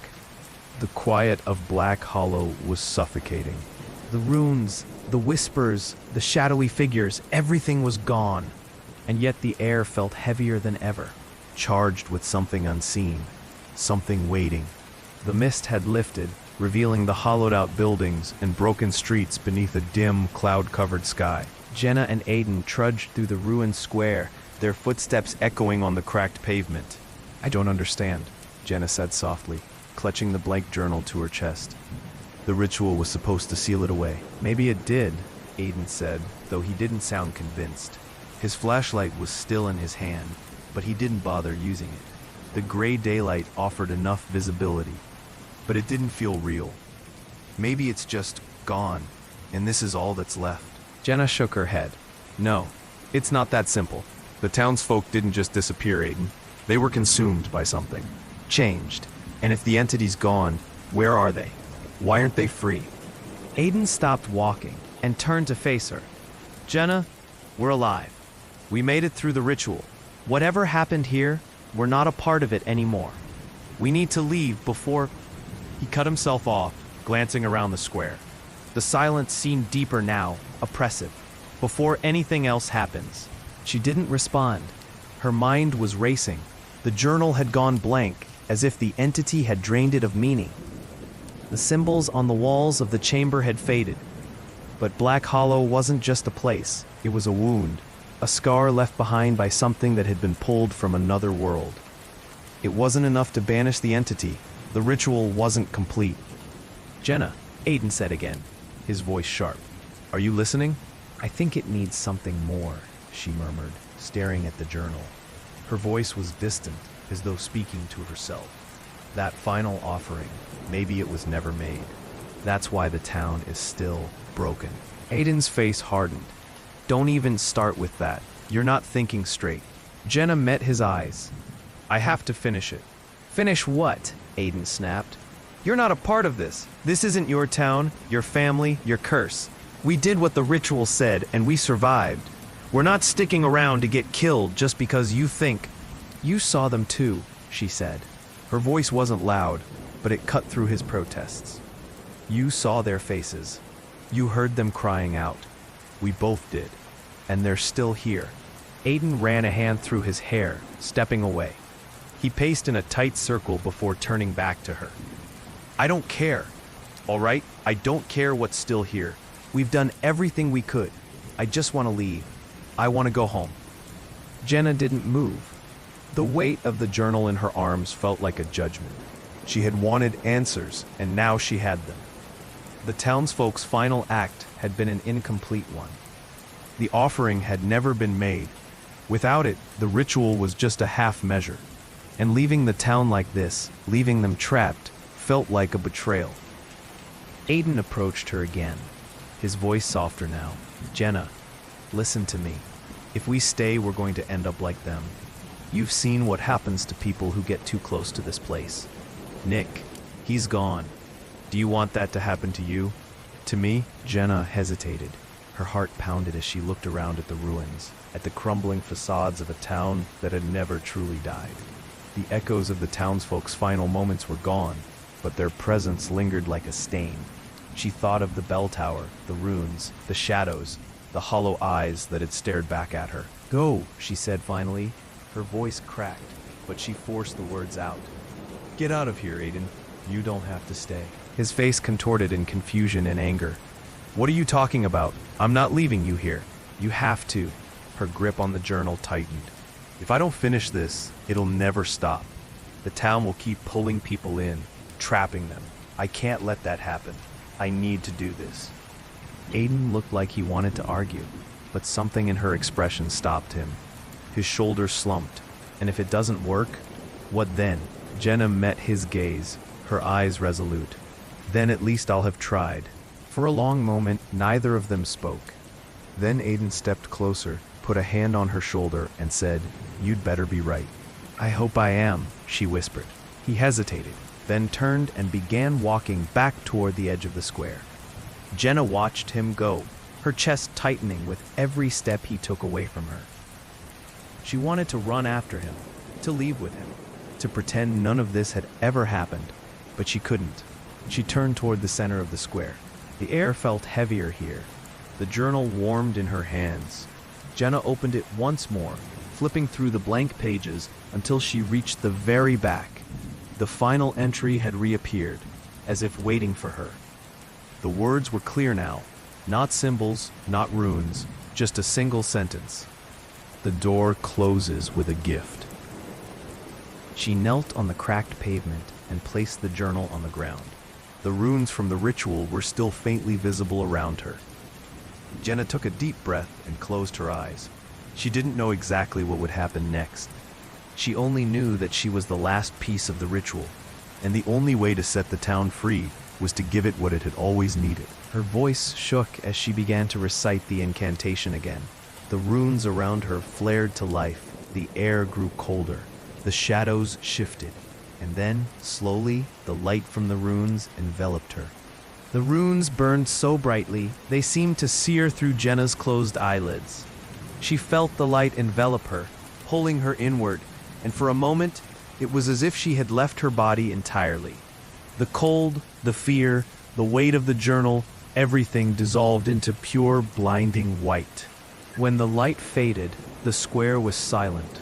The heavy, oppressive air was gone. Black Hollow was empty once more, a forgotten ruin under a dull gray sky. Aiden stood at the edge of the square, staring at the spot where Jenna had been. The runes were nothing more than faint, charred scars on the pavement now. The journal lay closed in the middle of them, the clasp securely locked once again. It looked untouched, as if it had never been opened. "Jenna?" Aiden's voice was tentative, his breath catching on the word. He took a step closer, his hands shaking. The square remained silent. There were no whispers, no shadows, no signs of life. The town had gone still. He walked to the journal and knelt beside it. The air was warm now, normal. There was no more fog, no more weight pressing down on him. Whatever had held Black Hollow in its grip, whatever had haunted its crumbling streets, was gone. The ritual was complete. The town was free. But Jenna was nowhere to be found. Aiden picked up the journal, his fingers brushing against the cool leather. The clasp didn't move. He tried to open it, but it was locked as tightly as the day they'd found it. "Jenna," he called again, his voice cracking. He waited, but there was no reply. The square felt different now. The buildings were still ruined, still weathered by time, but the oppressive atmosphere was gone. The air smelled clean, fresh. The light filtering through the clouds felt more real. Aiden looked around, half expecting to see Jenna step out from behind one of the buildings, but she didn't. All he saw was the empty street stretching into the woods. He stood there for a long time, clutching the journal. He couldn't say how much time passed before he finally walked away. The forest that had seemed so dense before was now just a forest. The trail back to the car was clear, the ground solid beneath his feet. No whispers followed him. No shadows lingered at the edges of his vision. When he reached the car, he stopped and looked back.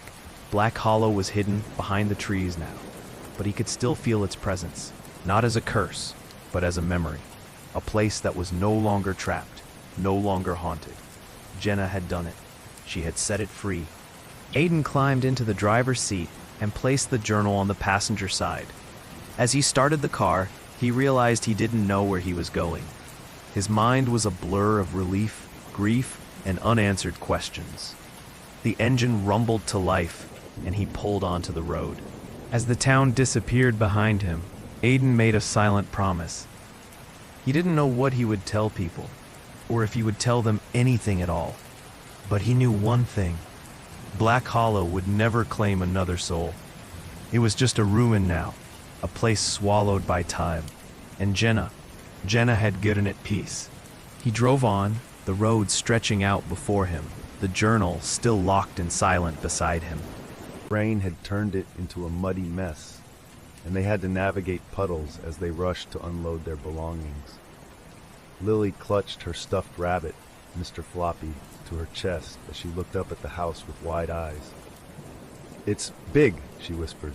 "Yeah, it is," Evelyn said, forcing a smile. "Big and, well, it just needs a little love." As they reached the front door, Evelyn fumbled for the old brass key the lawyer had sent her. It was heavy and ornate, almost medieval, and it turned in the lock with a satisfying clunk. The door creaked open, revealing a dark foyer lined with dusty wooden floors. The air inside was stale and cold, carrying the faint scent of mildew and something else Evelyn couldn't quite place. "Home sweet home," David muttered under his breath, his voice thick with sarcasm. The entryway opened up to a grand staircase that seemed to spiral endlessly upward, its banisters thick with dust. Old chandeliers hung precariously from the ceiling, cobwebs draping them like ghostly veils. The dim light from their flashlights barely penetrated the shadows clinging to the corners. "Let's get these bags in and find the generator," David said, trying to sound upbeat. The electricity hadn't been turned on yet, and with the storm raging outside, it looked like they would be spending their first night by candlelight. As they ventured deeper into the house, Lily clung to Evelyn's side, her little hand clammy with nerves. The place was far from welcoming. Paintings of grim-faced ancestors lined the walls, their eyes seeming to follow them as they passed. Evelyn couldn't shake the feeling that they were being watched, but she chalked it up to her nerves. They finally found the kitchen, which was surprisingly spacious but completely outdated. David set up the small gas-powered generator they had brought along, and soon a few lamps flickered to life, casting a warm glow in the otherwise darkened house. They ate a quick dinner of sandwiches, huddled around the table as the wind howled outside. "Let's get some sleep," David suggested, stifling a yawn. "We'll explore more tomorrow." Lily was reluctant to sleep in her new room alone, so Evelyn agreed to stay with her until she drifted off. She tucked her daughter into a bed that had been left behind by the previous occupants, its frame creaking under the slightest movement. Evelyn read Lily's favorite story until her eyelids fluttered shut, then gently kissed her on the forehead. As she made her way back to the master bedroom, Evelyn paused in the hallway. For a moment she thought she heard something. A faint drip, drip, drip, coming from somewhere deep within the house. She strained her ears, trying to pinpoint its source, but the sound faded into the constant patter of the rain against the windows.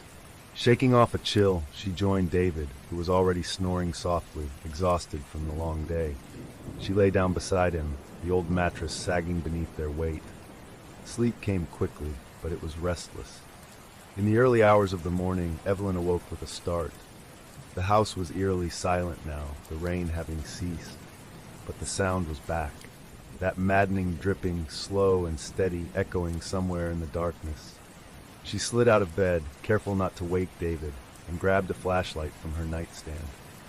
As she opened the bedroom door, she froze. There, in the dim beam of her flashlight, were wet footprints leading from the hallway, directly to her bedroom door. They stopped just outside. With her heart pounding in her chest, Evelyn took a shaky step forward. The air was colder now, and she could see her breath misting in the flashlight's beam. The footprints seemed to disappear into the darkness behind her, leading back into the depths of the house. Steeling herself, Evelyn whispered, "Hello? Is someone there?" Only silence answered, accompanied by the relentless drip, drip, drip. The house seemed to breathe around her, its ancient walls groaning as if they were alive. Evelyn's heart was pounding in her chest as she stared at the wet footprints. The air around her felt thick, almost suffocating. For a moment, she questioned if this was all just exhaustion playing tricks on her mind. She blinked hard, rubbed her eyes, and looked again. The footprints were still there, glistening faintly in the dim light of her flashlight.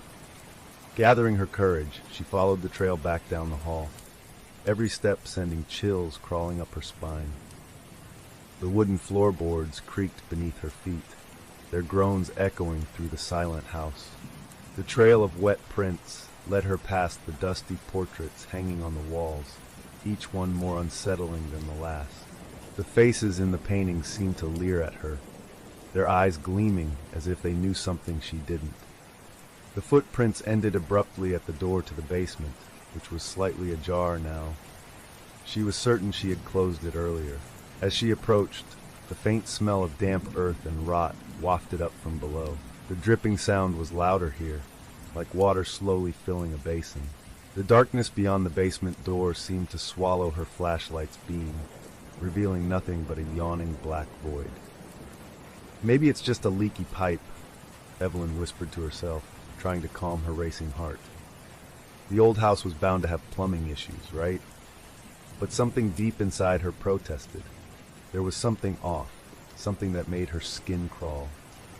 Still, she wasn't ready to face whatever might be lurking in the darkness of the basement, not tonight. She closed the door firmly and made her way back to the bedroom, trying to shake off the feeling of being watched. As she crawled into bed beside David, she found herself straining her ears for the sound of the dripping, but it had gone completely silent. She lay awake for hours, staring at the ceiling, waiting for the sound to return. It didn't. Eventually, exhaustion won out, and she slipped into a fitful sleep. The next morning, the storm had passed. leaving behind a mist that clung to the ground outside like a shroud. Sunlight filtered weakly through the dirty windows as Evelyn dragged herself out of bed. David was already up, rummaging through the kitchen in search of coffee. "Hey, you look like you didn't sleep a wink," he said, raising an eyebrow. "What's up?" Evelyn hesitated. She didn't want to worry him, especially not on their first full day in the new house. "Just adjusting, I guess. This place is a little creepy, isn't it?" David laughed, though it sounded forced. "Yeah, it's a fixer-upper, all right. But hey, we got it for a steal. Once we clean it up, it'll feel more like home." He leaned in to kiss her on the forehead, but she couldn't shake the feeling that something was wrong. As they ate breakfast, Lily joined them, dragging her feet sleepily across the floor. Her eyes were red-rimmed, and she looked even more exhausted than Evelyn. "Rough night, kiddo?" David asked, pouring her a glass of orange juice. Lily nodded slowly, her eyes downcast. I heard someone whispering," she said, her voice barely audible. Evelyn's heart skipped a beat. "What do you mean, sweetie? Whispering where?" "In my room," Lily whispered.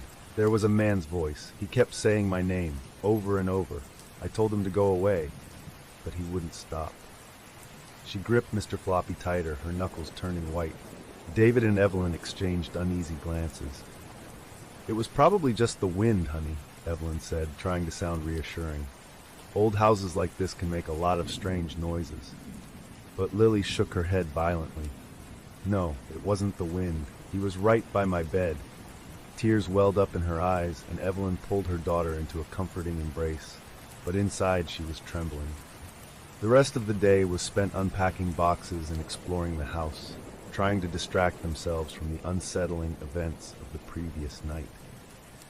Evelyn tried to dismiss her fears as paranoia, but every creak of the floorboards, every gust of wind rattling the windows, sent her nerves on edge.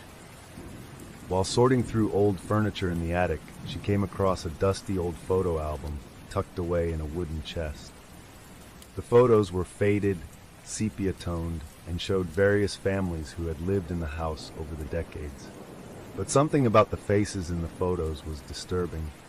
They all looked strangely hollow, as if they were masking a terrible secret behind their smiles. As she flipped through the pages, she noticed something odd. In every family photo, there was a shadowy figure in the background, standing just outside the frame of focus. It was never fully visible, but the shape was unmistakable, tall, thin, with long, outstretched arms. Evelyn's breath caught in her throat. It was like the figure was watching, always lurking, just out of sight. Feeling a cold shiver run down her spine, she slammed the album shut and placed it back in the chest. The attic suddenly felt oppressively hot, the air heavy and thick. She hurried back downstairs to rejoin David and Lily. That night, after they put Lily to bed, Evelyn and David sat together in the dimly lit living room, the flickering light of the fireplace casting shadows that danced on the walls. Evelyn told David about the footprints and the dripping sound from the night before, hoping he would brush it off and reassure her. But as she spoke, she could see his face grow serious. "Maybe we should get someone to check the plumbing," David suggested, though his voice was tight. "And maybe get the locks checked too, just to be safe." The unease in his voice made Evelyn's anxiety spike. It was one thing to convince herself that it was all in her head, but if David was worried too, maybe there was something more to it. That night, the dripping sound returned, louder this time. It woke Evelyn from a deep sleep, dragging her back into the suffocating darkness of the old house. She tried to ignore it, pulling the covers over her head, but it was no use. This time, it was accompanied by something else, a whisper, barely audible, just outside her bedroom door. Evelyn, her heart froze. That was her name. She clutched David's arm, shaking him awake. "Did you hear that?" she whispered, her voice trembling. "What?" he mumbled groggily. Before she could answer, the whisper came again, clearer now, like someone was standing right outside their door. "Evelyn, I'm here." David shot up in bed, fully awake now. He reached for the flashlight on the nightstand, but before he could switch it on, the whispering stopped, plunging the room into an eerie silence. Evelyn held her breath, straining to listen, but all she could hear was her own heart thudding in her chest. For a moment, she thought it was over. But then, from somewhere deep within the house, the dripping resumed, louder and more insistent. Drip! And this time, it was joined by a slow, dragging sound, like something heavy being pulled across the floor below them. David and Evelyn exchanged terrified glances. Whatever was happening in this house, it was just beginning, and it was coming closer. The morning sun did little to ease the tension that hung in the air. Evelyn and David moved through the house like ghosts, their eyes bloodshot from another sleepless night. Lily, usually a bundle of energy, sat at the breakfast table picking at her food, her face pale and drawn. Mr. Floppy, her stuffed rabbit, was clutched tightly in her arms, as if it could somehow protect her from the horrors that had begun to seep into their lives. David cleared his throat, trying to break the uncomfortable silence. "I think we should check out the basement today," he said, not meeting Evelyn's eyes. "That dripping sound, it's probably a burst pipe or something. If we don't fix it soon, it could cause serious damage." Evelyn nodded, though a cold dread twisted in her stomach. She had been dreading the basement since the strange sounds and wet footprints started appearing. The thought of venturing into the darkness below made her skin crawl, but they couldn't avoid it forever. After breakfast, David grabbed a set of tools, and together they made their way to the basement door. Lily stayed behind in the living room, watching cartoons at a volume loud enough to drown out the whispers that seemed to haunt every corner of the house. As they approached the basement door, Evelyn's breath hitched. The door that had been slightly ajar the night before was now firmly shut, its brass handle cold to the touch. Evelyn glanced at David, who gave her a reassuring nod, though the tension in his jaw betrayed his unease. He reached for the handle, and with a creak that seemed to echo through the entire house, the door slowly swung open.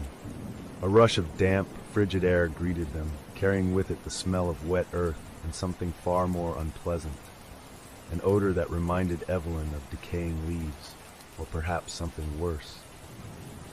She shuddered involuntarily as David flicked on his flashlight and began the descent into darkness.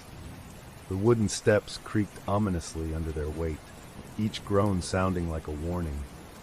As they descended, the air grew colder, and the beam of David's flashlight barely seemed to penetrate the thick shadows. The dripping sound that had haunted them the past 2 nights was louder now, echoing off the stone walls like a sinister heartbeat. The basement was enormous, much larger than Evelyn had anticipated. The stone walls were slick with moisture, and the ceiling was covered in a web of old, rusted pipes. As they reached the bottom of the stairs, Evelyn's eyes were drawn to a series of strange symbols carved into the walls, twisted shapes that looked like they were part of some ancient language. "What the hell is that?" David muttered, shining his flashlight over the carvings. Evelyn couldn't answer. She could only stare at the symbols, her mind racing. They looked old, impossibly old, like something out of a forgotten era. But the thing that caught their attention the most was a large iron door at the far end of the basement. It was heavily padlocked, the metal rusted with age. The door looked entirely out of place, like it belonged in a medieval dungeon rather than the basement of a Victorian mansion. David tried to pull the door open, but the padlock held firm. He gave it a frustrated shake. "Weird. Why would anyone lock a door down here like this?" he muttered, more to himself than to Evelyn. As they stood in front of the locked door, the dripping sound suddenly stopped. The silence that followed was so intense, it felt as though the house itself was holding its breath. Evelyn's pulse quickened, and she could feel the tiny hairs on the back of her neck standing up. "Maybe we should leave it alone," she whispered, her voice barely audible. There was something about that door that felt inherently wrong, like it was holding back something that should never see the light of day. David, however, was determined. "If there's a leak behind this door, we need to fix it," he insisted. "We can't afford to let the house get damaged." Evelyn reluctantly agreed, but her eyes remained locked on the iron door. There was something dark and malevolent about it, a sense that it was guarding a secret better left undiscovered. They spent the next few hours searching the house for a tool that might break the padlock. David eventually found an old crowbar in the shed behind the house. As they returned to the basement, the daylight filtering through the small, grimy windows above had already started to fade, plunging the basement into an even deeper gloom. As David wedged the crowbar into the rusted padlock, a strange sensation washed over Evelyn, a sudden, inexplicable feeling that they were not alone. The air seemed to pulse with an unseen energy, and the hair on her arms stood up. She turned around, shining her flashlight into the shadows, half expecting to see someone or something lurking there. But there was nothing, only darkness. The padlock finally gave way with a loud snap, the sound reverberating through the basement like a gunshot. Evelyn flinched, her nerves frayed to their breaking point. David shot her a quick grin, trying to lighten the mood, but it came off as more of a grimace. "Let's see what's behind door number 1, he said, pushing the heavy iron door open with a grunt. A blast of cold air hit them, and the smell of damp earth intensified. Inside, the room beyond was pitch black, the beam of David's flashlight revealing nothing but a stone floor covered in dust and grime. But as they stepped inside, Evelyn noticed something glinting on the ground, small, wet patches that looked suspiciously like footprints. "Do you see that?" she whispered, pointing. David nodded, his face tightening with concern. The footprints were small, almost child-sized, and they seemed to lead deeper into the darkness of the room. They followed the trail, the sound of their breathing, the only noise in the oppressive silence. At the far end of the room, they found a crude stone well, its edges crumbling with age. The dripping sound was louder here, echoing up from the black depths below. David leaned over cautiously, shining his flashlight into the well, but the light couldn't penetrate the darkness beyond a few feet. "That's strange. It doesn't look like it's filled with water," David murmured. As they stood there staring into the abyss, a low whisper began to emanate from the well. It was faint at first, barely discernible, but it grew louder with each passing second. The words were unintelligible, like someone speaking in a language they couldn't understand. Evelyn's skin prickled and she grabbed David's arm. "We need to go, now." But just as they turned to leave, the whispering stopped abruptly, replaced by a soft, childlike giggle that echoed up from the depths of the well. Evelyn froze, her blood running cold. That laugh, it sounded like Lily. David and Evelyn exchanged horrified glances. Without another word, they rushed back up the stairs, slamming the basement door behind them. They could still hear that faint giggle, echoing from somewhere deep beneath the house, even as they bolted the door shut. Breathless and panicked, Evelyn whispered, That sounded like her, like Lily." David was pale, his eyes wide with shock. But Lily was upstairs. She couldn't have. Before he could finish, a loud crash came from the living room, followed by the unmistakable sound of Lily screaming. Dropping everything, they sprinted toward the sound, their hearts pounding. As they burst into the room, they found Lily standing in the center, trembling, with tears streaming down her face. "Mommy, Daddy, he's here," she sobbed, pointing toward the darkened hallway behind her. "He's here, and he wants me to go with him." But when Evelyn and David turned to look, all they saw was the empty, yawning darkness of the hallway, and the faint, wet footprints that sense.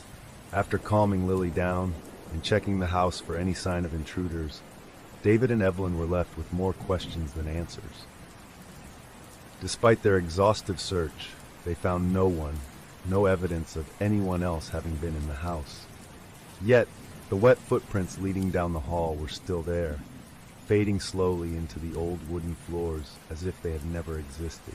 David tried to reassure Evelyn, but she could see the unease in his eyes. They both knew something was terribly wrong. The events of the past few days had shaken them both, but seeing Lily so frightened, terrified to the point of tears, had pushed them over the edge. "We'll get through this," David insisted as they tucked Lily into bed that night, trying to sound more confident than he felt. "Maybe it's just..." the stress of the move. We're all just exhausted. Evelyn nodded, not wanting to argue in front of Lily, but deep down she knew this was more than just stress.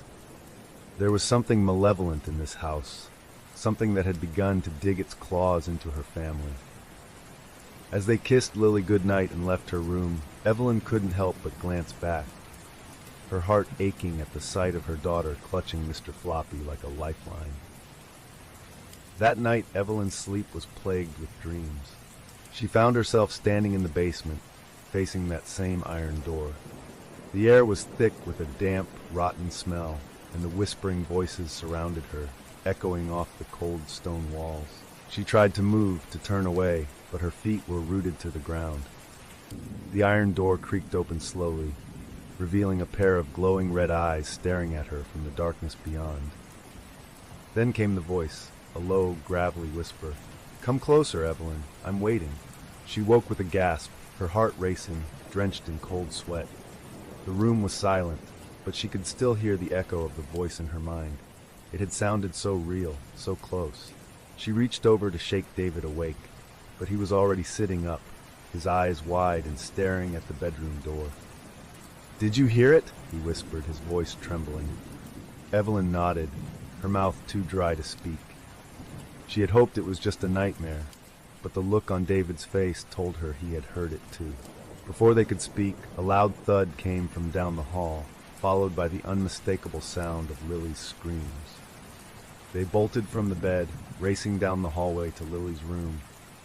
The door was already ajar, and when they burst inside, they found Lily standing in the middle of her bed, her eyes wild with terror. The room was freezing, their breath misting in the air despite the heater being on full blast. "Lily, what's wrong?" Evelyn cried, rushing to her daughter's side. Lily's small body was shaking uncontrollably. She pointed toward the corner of her room, her finger trembling. He was there," she whispered, her voice barely audible. "The man, he was standing right there." David turned the flashlight in the direction Lily was pointing, but there was nothing there except shadows and the peeling wallpaper. He crossed the room, opening the closet door and checking under the bed, but it was empty. "There's no one here, sweetie," David said softly, trying to soothe her. "It was just a bad dream." But Lily shook her head, tears streaming down her cheeks. "No, it wasn't a dream. He told me he was going to take me away. He said I belonged to him now." David and Evelyn exchanged a horrified glance. The words sent a chill down Evelyn's spine. She wrapped her arms around Lily, holding her tightly. "We're here, honey. No one's going to take you away," she whispered, trying to keep her voice steady. But even as she spoke the words, she couldn't shake the feeling that they were hollow promises. After they finally managed to calm Lily down, Evelyn insisted she sleep in their bed for the night. None of them could bear the thought of leaving her alone in her room. The three of them huddled together, and eventually, exhaustion took over. Lily drifted off first, then David, but Evelyn lay awake, staring into the darkness, her mind racing. It was around 3 a.m. when she heard it again, the whisper. This time it was so faint, so close. It almost felt like someone was breathing directly into her ear. Evelyn, her blood turned to ice. She shot up in bed, her eyes darting around the room, but there was no one there. David and Lily were still sound asleep beside her. She tried to convince herself it was just her imagination, but the sound had been so clear, so real. Summoning her courage, Evelyn slipped out of bed, careful not to wake her family. She grabbed her flashlight and made her way into the hallway, the floorboards creaking beneath her feet. The house was deathly silent, the kind of silence that made the hairs on the back of her neck stand on end.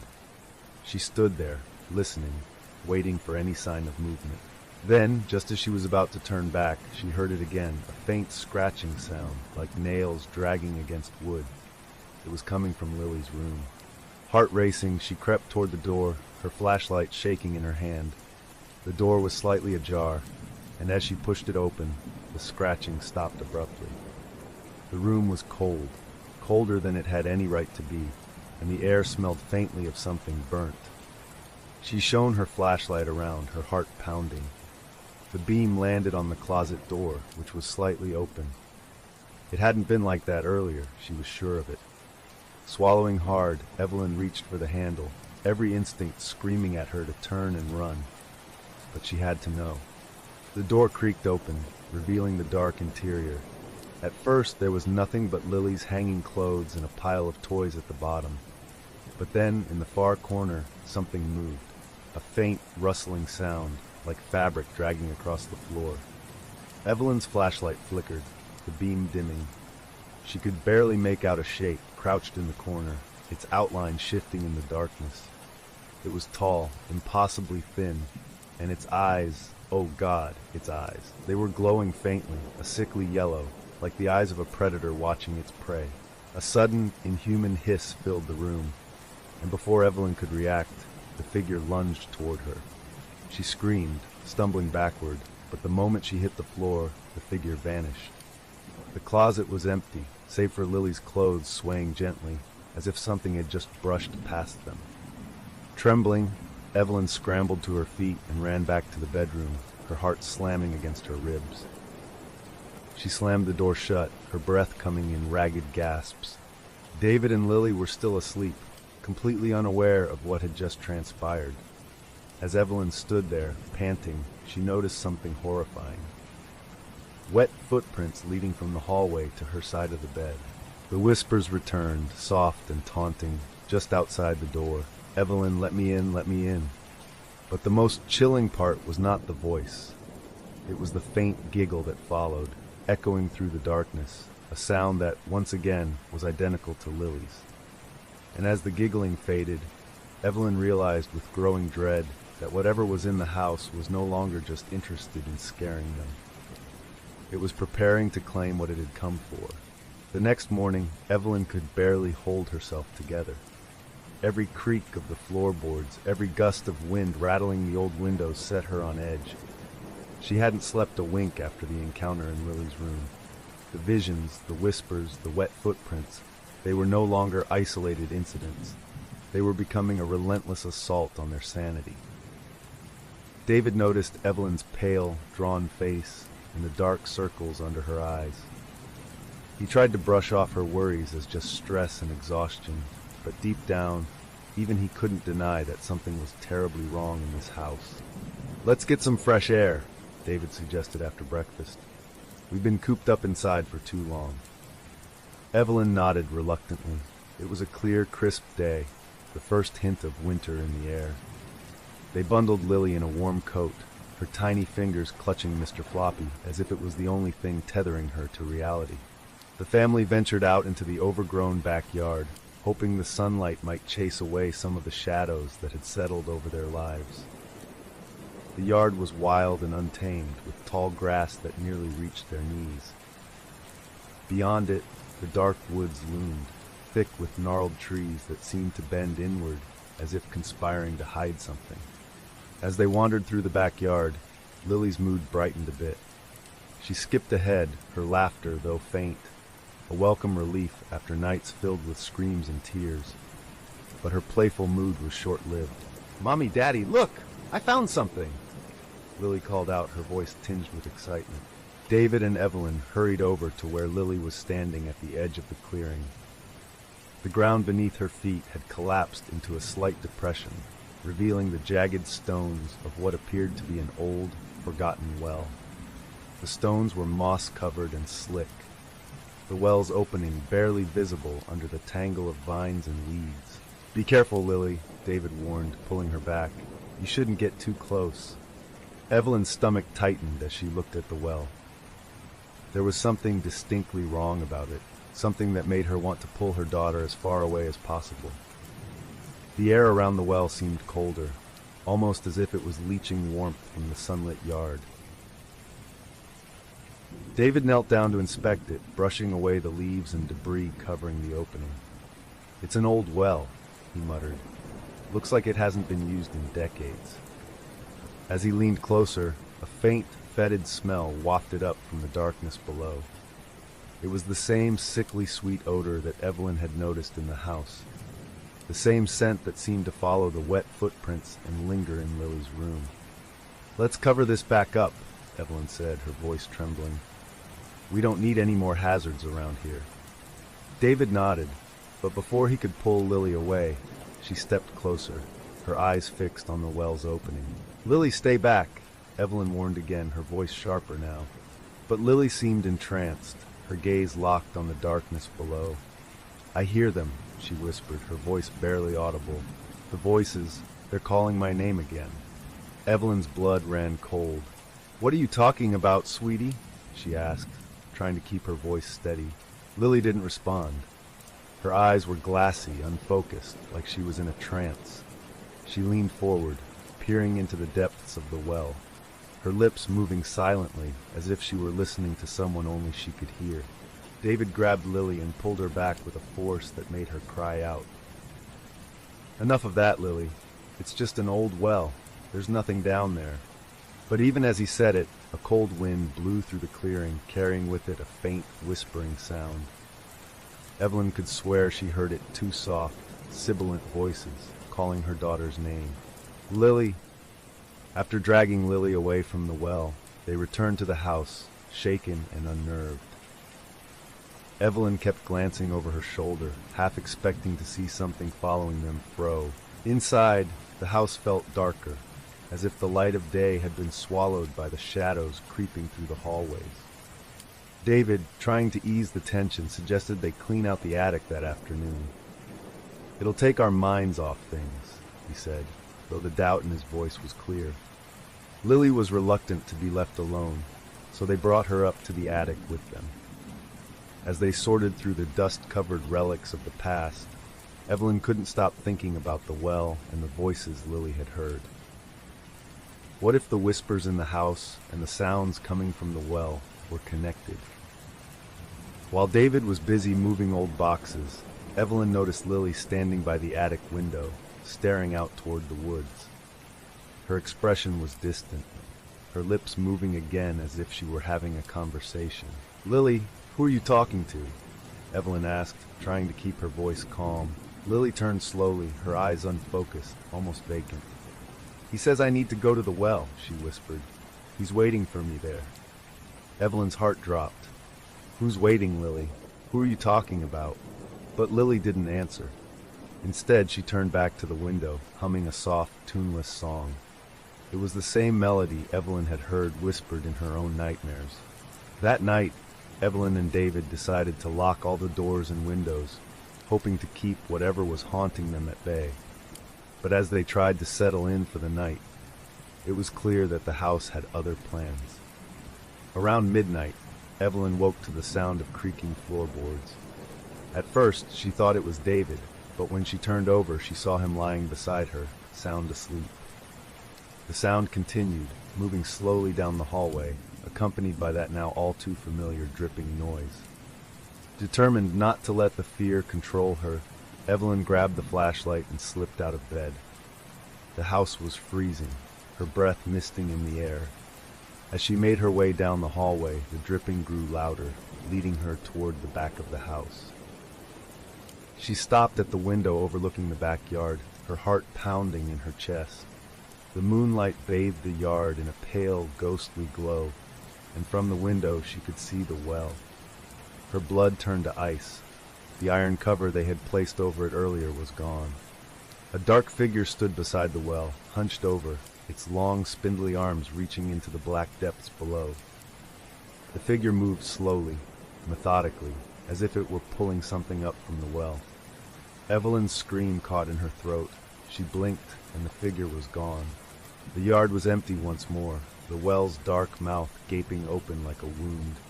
She turned to race back to her bedroom, but as she did, she heard it again, the faint giggling of a child, echoing through the house. "Lily, Lily!" The voice was coming from Lily's room. Panic surged through Evelyn as she sprinted down the hallway. She threw open Lily's door, her flashlight flickering wildly, but the bed was empty, the sheets thrown aside. Lily was gone. In the dead silence that followed, Evelyn heard a single, chilling whisper from the hallway behind her. "Come to the well, Evelyn. She's waiting." The voice was unmistakable. It was her daughter's voice, soft, pleading, desperate. But deep down, Evelyn knew Whatever was speaking to her, it was not Lily. Evelyn's heart was racing, her mind spinning with terror as she frantically searched the house for Lily. She could still hear that haunting whisper echoing in her daughter's voice, urging her to come to the well. But she knew that whatever was calling her, whatever had taken Lily, was not her daughter. It was something far darker, far more malevolent. David joined her in the frantic search, his face pale and drenched in sweat. They turned the house upside down, checking closets, under beds, and every dark corner. But there was no sign of Lily. "Where could she have gone?" David shouted, his voice cracking with desperation. "We locked every door, every window." Evelyn's hands were shaking, her thoughts racing back to the well.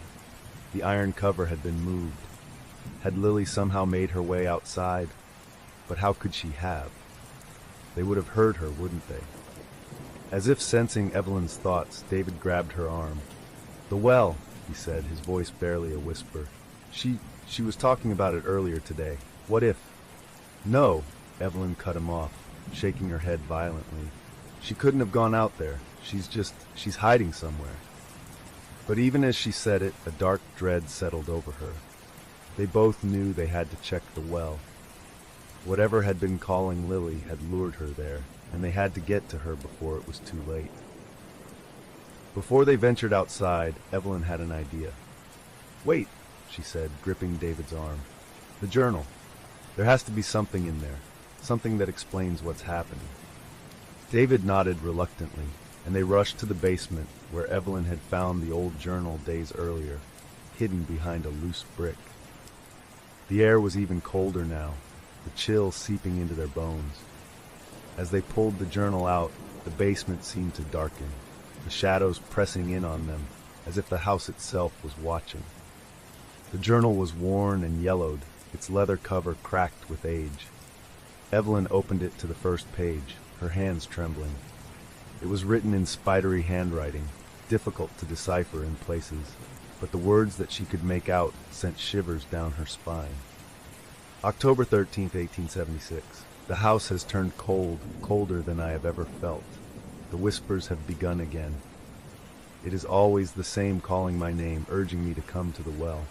I tried to resist, but it speaks with the voices of those I love, voices I know have long been dead. Evelyn flipped through the pages, her heart pounding faster with each new entry. The journal belonged to someone named Amos Thorne, who described how the house had been in his family for generations. But the further she read, the more she realized that it wasn't just an ordinary family home. November 1st, 1876. It is not a well, not truly. It is a gateway, a hungry mouth that feeds on those who listen to its whispers. My wife Maria was the first to go. She heard the voices and went willingly, convinced she would find our lost son. But all I found was her lifeless body at the bottom, her eyes wide open and her mouth twisted into a scream. "David, listen to this," Evelyn said, her voice shaking. She read the passage aloud, and David's face grew paler with every word. "Are you saying that well is some kind of portal?" he asked, his voice barely a whisper. It's feeding on us," Evelyn said, her eyes wide with realization. "It uses the voices of our loved ones to lure people in. Once they get close, it takes them." David rubbed his hands over his face, trying to keep it together. "We need to find Lily, Evelyn. We can't waste any more time." But just as they turned to leave, Evelyn's eyes fell on another entry, hastily scrawled near the back of the journal. It was dated just a few days before Amos Thorne's final entry. December 4th, 1876. There is a ritual, a way to seal the well, to stop the voices, but it comes at a terrible price. A life must be given willingly. Only then will the well be sated. Only then will it sleep. Evelyn's blood turned to ice. "A sacrifice," she muttered, horrified. "That's how they sealed it before." David stared at her, his eyes wide with disbelief. "No, we can't do that. There has to be another way." But Evelyn couldn't stop reading. The last entry was written in a shaky, desperate hand. December 7, 1876. It's too late for me. The whispers have become too strong, and I hear them even in my dreams. Tonight I will go to the well, not as a sacrifice, but to end this curse once and for all. If anyone finds this journal, know that the well cannot be trusted. Whatever you hear, whatever it promises you, do not listen. As she finished reading, the house seemed to groan, the air around them tightening like a noose. The whispers returned, louder and more insistent now, as if they were coming from the very walls. Evelyn, David, come to the well. Without another word, they bolted up the stairs, clutching the journal as if it were a lifeline. Outside, the night was thick with fog, the moon hidden behind a blanket of dark clouds. The temperature had dropped drastically, and the air felt heavy, almost suffocating. Evelyn and David ran across the yard, their flashlights cutting feeble paths through the mist. As they reached the well, they were met with a horrifying sight. The iron cover they had placed on it earlier was completely gone, flung aside like a discarded toy. And there, standing at the edge, was Lily. "Lily!" Evelyn screamed, her heart lurching. But Lily didn't turn around.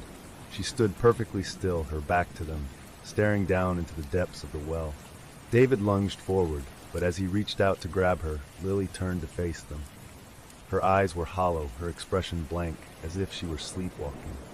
"Lily, it's okay, baby," Evelyn pleaded, stepping closer. "We're here. Come away from the well." But Lily didn't respond. Instead, she tilted her head to the side, a strange, twisted smile curling her lips. And when she spoke, her voice was not her own. It was deep, guttural, like 1,000 voices speaking in unison. "She belongs to us now," the voice growled. "You cannot save her, but you can take her place." David's face twisted with rage and fear. "What do you want?" he shouted into the darkness. "Let her go." The voice laughed, a sound that sent shivers down Evelyn's spine. "A life for a life. One of you must enter the well willingly. Only then will she be freed." Evelyn's mind was spinning, the journal's final entry flashing through her thoughts. The ritual, the sacrifice, it was all true. The well was demanding a soul. "David, no," Evelyn whispered, grabbing his arm. We can't give in to it." But David's eyes were locked on their daughter, who stood teetering on the edge of the well. "I won't lose her, Evelyn," he said, his voice breaking. "I'll go. I'll do it." Before Evelyn could stop him, David rushed forward, grabbing Lily and pulling her away from the well. But as he did, the ground beneath them began to tremble, the air filled with that horrible, guttural laughter. "Run, Evelyn!" David shouted, shoving Lily into her mother's arms. "Get her out of here, now!" Evelyn hesitated, tears streaming down her face, but David's eyes were fierce, determined. "I love you," he whispered. Then, without another word, he turned and leaped into the darkness of the well. A deafening scream filled the air, the ground shaking violently beneath them. The whispers grew louder, more frantic, then abruptly stopped. The well sealed itself with a horrifying crunch, as if the earth had swallowed it whole. Evelyn stood there, clutching Lily, her mind reeling. The whispers were gone, the air was still, but David was gone too. All that remained was the silence, and the knowledge that the well had been sated, at least for now. The house was quiet, unnervingly so. The whispers that had once haunted every shadowy corner had ceased, but the silence that replaced them felt oppressive, heavy, like the calm before an impending storm. Evelyn sat on the edge of her bed, staring vacantly at the wall. The events of the night replayed in her mind like a nightmare on repeat. David's desperate leap into the well, the sound of the earth sealing shut behind him, and the bone-chilling silence that followed. She had saved Lily, but it had cost her everything. Evelyn's eyes were red and swollen from crying. Lily, too, had not spoken a word since they returned from the well. The little girl was curled up in her mother's bed, clutching Mr. Floppy to her chest, her wide eyes staring into the darkness. Evelyn tried to comfort her, but there were no words to make sense of what had happened. How could she explain that her father had sacrificed himself to save them from something neither of them could truly understand? The morning sun filtered weakly through the grimy windows, casting a pale light on the dusty floor. Evelyn hadn't slept a wink, afraid that if she closed her eyes, she would hear David's voice again, or worse, see the hollow-eyed figure that had spoken through Lily. Lily was the first to stir, her eyes heavy with exhaustion. Evelyn helped her dress and coaxed her downstairs to the kitchen, hoping that some semblance of a normal routine would help. But the house, once merely eerie, now felt like a tomb. Every creak of the old wooden floorboards sent chills down Evelyn's spine. She couldn't shake the feeling that something or someone was watching them. As Evelyn made breakfast, her hands trembling, Lily sat at the table in silence, her eyes unfocused. Evelyn placed a bowl of cereal in front of her, but Lily just stared at it. "Sweetheart," Evelyn said softly, kneeling next to her, "you have to eat. You need your strength." Lily slowly turned to her mother, her eyes distant. "Is Daddy coming back?" she asked, her voice a fragile whisper. Evelyn's heart shattered. She had no answer. Instead, she hugged Lily tightly, trying to hide the tears that streamed down her face. "No, honey, Daddy's gone," she whispered, her voice breaking. "But he did it to protect us. He wanted us to be safe." But even as she said it, she couldn't help but feel that the house was far from safe. The malevolent presence that had lured David to his death might have been temporarily sated, but Evelyn couldn't shake the feeling that it wasn't over. Later that afternoon, Evelyn decided that she couldn't stay in the house any longer. She needed to get out, clear her mind, and try to figure out what to do next. She bundled Lily up and took her for a walk through the woods surrounding the property. The trees were bare, their skeletal branches reaching up to a gray sky. The air was frigid, biting at their exposed skin. But despite the cold, Evelyn felt a strange sense of relief being outside, away from the suffocating darkness of the house. She hoped that a walk might help ease Lily's fear too. Lily, however, seemed even more withdrawn, her eyes darting nervously as if she expected something to jump out from behind the trees. "Everything's going to be okay," Evelyn said, trying to reassure both herself and her daughter. But as they walked deeper into the woods, Evelyn began to feel that same unnerving sensation she had felt in the house, the feeling of being watched. It started as a whisper of unease, a prickling sensation on the back of her neck. She kept glancing over her shoulder, convinced she saw movement out of the corner of her eye, but every time she turned, there was nothing there. The trees stood silent, the forest floor undisturbed. But Lily sensed it too. She tightened her grip on Evelyn's hand, her eyes wide with terror. "Mommy," she whispered, "he's here." Evelyn's heart skipped a beat. "What do you mean, Lily? Who's here?" Lily didn't answer. Instead, she stared straight ahead, her eyes wide and unfocused, as if she were listening to something only she could hear. Evelyn's pulse quickened. She strained her ears, but all she could hear was the rustle of leaves and the faint whisper of the wind. "Lily, we're going back to the house," she said, trying to keep her voice steady. But as they turned to head back, a new sound cut through the cold air, a soft crunch, like someone stepping on dried leaves. Evelyn froze, her breath catching in her throat. Slowly, she turned around, her eyes scanning the woods behind them. There was nothing, just the trees, silent and still. But then she heard it again, another crunch, closer this time. It was as if someone or something was following them, matching their every step. The sensation of being watched intensified, and Evelyn's panic began to rise. Grabbing Lily's hand, she broke into a run, pulling her daughter along as they sprinted back toward the house. The sound of footsteps followed them, echoing in the cold, damp air, always just out of sight. It was as if the forest itself was alive, reaching out to claim them. When they finally burst through the door of the house, Evelyn slammed it shut behind them, her chest heaving with exertion. The footsteps stopped abruptly, as if whatever was following them had melted back into the shadows. Lily was sobbing, her tiny body trembling.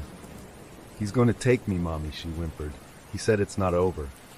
Evelyn hugged her daughter tightly, her mind racing.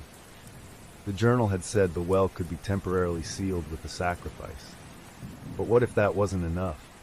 What if whatever was inside it was still hungry, still searching for another soul to claim? That night, as the wind howled outside, Evelyn tried to keep herself busy, distracting her mind from the creeping dread that had taken root in her heart. She searched the house for any clue, any hidden journal or letter, that might reveal more about the well and the curse that seemed to haunt this place. While rifling through a pile of old books in the attic, she found a small leather-bound diary tucked behind a dusty box. It was older than the journal she had found before, its pages brittle with age. The entries were written in a different hand, shakier, more erratic. One entry caught her eye. October 1891. We tried to seal it again, but it was not enough. The well is never truly satisfied. It does not just crave a single soul, it craves the family. It will take them one by one, pulling them into its darkness, until its hunger is sated. Even after the ritual, it will follow, it will haunt, it will take, until there is nothing left. Evelyn's hands began to shake as she read the final, hastily scrawled entry. He came for my wife, and now he comes for me. I hear him whispering my name, just as he whispered hers. There is no escape. Once you have heard his voice, you are marked. He will follow you, even in the daylight, even in your dreams. A cold, paralyzing fear gripped Evelyn. The footsteps in the woods, the whispers, Lily's strange behavior, it all made sense now. Whatever was inside the well had not been satisfied with David's sacrifice. It was coming for them, and it wouldn't stop until it claimed them all. As Evelyn closed the diary, she heard it again, the faint, familiar sound of footsteps in the hallway just outside the attic door. The house, the forest, the well, it was all connected, and now it was hunting them. Evelyn knew with a cold certainty that the nightmare was far from over. The house felt darker than ever, the shadows clinging to every corner like a shroud. Evelyn could no longer tell if it was day or night. The oppressive gloom seemed to permeate the walls, swallowing what little light seeped through the dirty windows. It had been 2 days since David's sacrifice, and the house seemed to be growing hungrier by the hour. Lily had not spoken since their frantic return from the woods. She wandered through the house like a ghost, her eyes vacant, her lips moving silently, as if she were talking to someone only she could see. Evelyn watched her daughter with growing dread, feeling helpless to stop whatever was happening to her. The diary entries she had found in the attic haunted Evelyn's thoughts. The entity in the well, it seemed, did not just demand a single life. It was insatiable, a malevolent force that would stop at nothing until it had devoured an entire bloodline. David's sacrifice had only delayed the inevitable. Now the darkness was closing in once again, its eyes set on Lily. Evelyn knew they needed to leave, but something was keeping them trapped. Every time she tried to muster the courage to pack up and go, an overwhelming sense of dread would flood her mind, paralyzing her with fear. It was as if the house itself was holding them hostage, keeping them within its grasp. On the third morning after David's disappearance, Evelyn woke to the sound of Lily screaming. She bolted out of bed, heart racing, and ran down the hallway to her daughter's room. When she burst through the door, she found Lily standing in front of the bathroom sink, her tiny hands gripping the edge of the porcelain so tightly her knuckles had turned white. The faucet was running, but instead of clear water, a thick, black sludge poured out, swirling like a living thing as it filled the sink. "Lily, get away from there!" Evelyn shouted, grabbing her daughter and pulling her back. The stench of rotten decay hit her like a physical blow, nearly making her gag. The black substance continued to flow, spilling over the sides of the sink and spreading across the floor in oily tendrils. Lily's eyes were wide with terror, but she wasn't looking at the black water. She was staring into the mirror above the sink, her reflection distorted and wrong. In the warped glass, Evelyn saw her own face, twisted into a hideous grin that did not match the fear in her eyes. The reflection began to move on its own, its mouth opening wide as if to scream, but no sound came out. Instead, the mirror began to crack, spiderwebs of fractures spreading across the glass. Evelyn grabbed Lily and yanked her away, just as the mirror shattered, shards of glass spraying the room like deadly rain. The faucet abruptly shut off, the room plunging into silence. The black sludge that had spilled onto the floor slowly began to retreat, seeping back into the drain as if it had a mind of its own. The stench lingered, hanging in the air like a miasma. Evelyn was shaking, her hands gripping Lily's shoulders. "Are you okay, baby? Did it touch you?" Lily's eyes were unfocused, her face pale. She shook her head slowly, her lips trembling. It whispered to me," she said in a small, trembling voice. "It said Daddy is waiting for us, down in the well." Evelyn's blood ran cold. She tried to calm Lily, but the look in her daughter's eyes sent chills down her spine. It wasn't just fear, there was something else, something dark and distant, as if a piece of Lily's spirit had already been taken. That night, the house became a prison of horrors. The whispers had returned, louder and more insistent, echoing through the walls like 1,000 voices trapped in the darkness. The floorboards creaked with unseen footsteps, and every so often Evelyn could hear soft scratching sounds behind the walls, like something trying to claw its way out. Lily refused to sleep in her own bed, so Evelyn set up a small cot in her room, keeping her daughter close. The child barely spoke now, only muttering under her breath to whatever invisible force seemed to have taken root inside her mind. Evelyn tried to stay awake, tried to keep watch, but exhaustion overtook her. She slipped into a fitful sleep, her dreams filled with images of David's hollow eyes staring up at her from the depths of the well, his mouth twisted into a grotesque smile. She awoke to the sound of water dripping. At first, she thought it was the bathroom faucet again, but the sound was too close, too loud. She sat up, heart pounding, and turned on her bedside lamp. The sight that greeted her made her stomach lurch. The walls of her bedroom were oozing thick, black water, the same sludge she had seen earlier in the bathroom. It seeped from the cracks, dripping down in slow, viscous streams that pooled on the floor.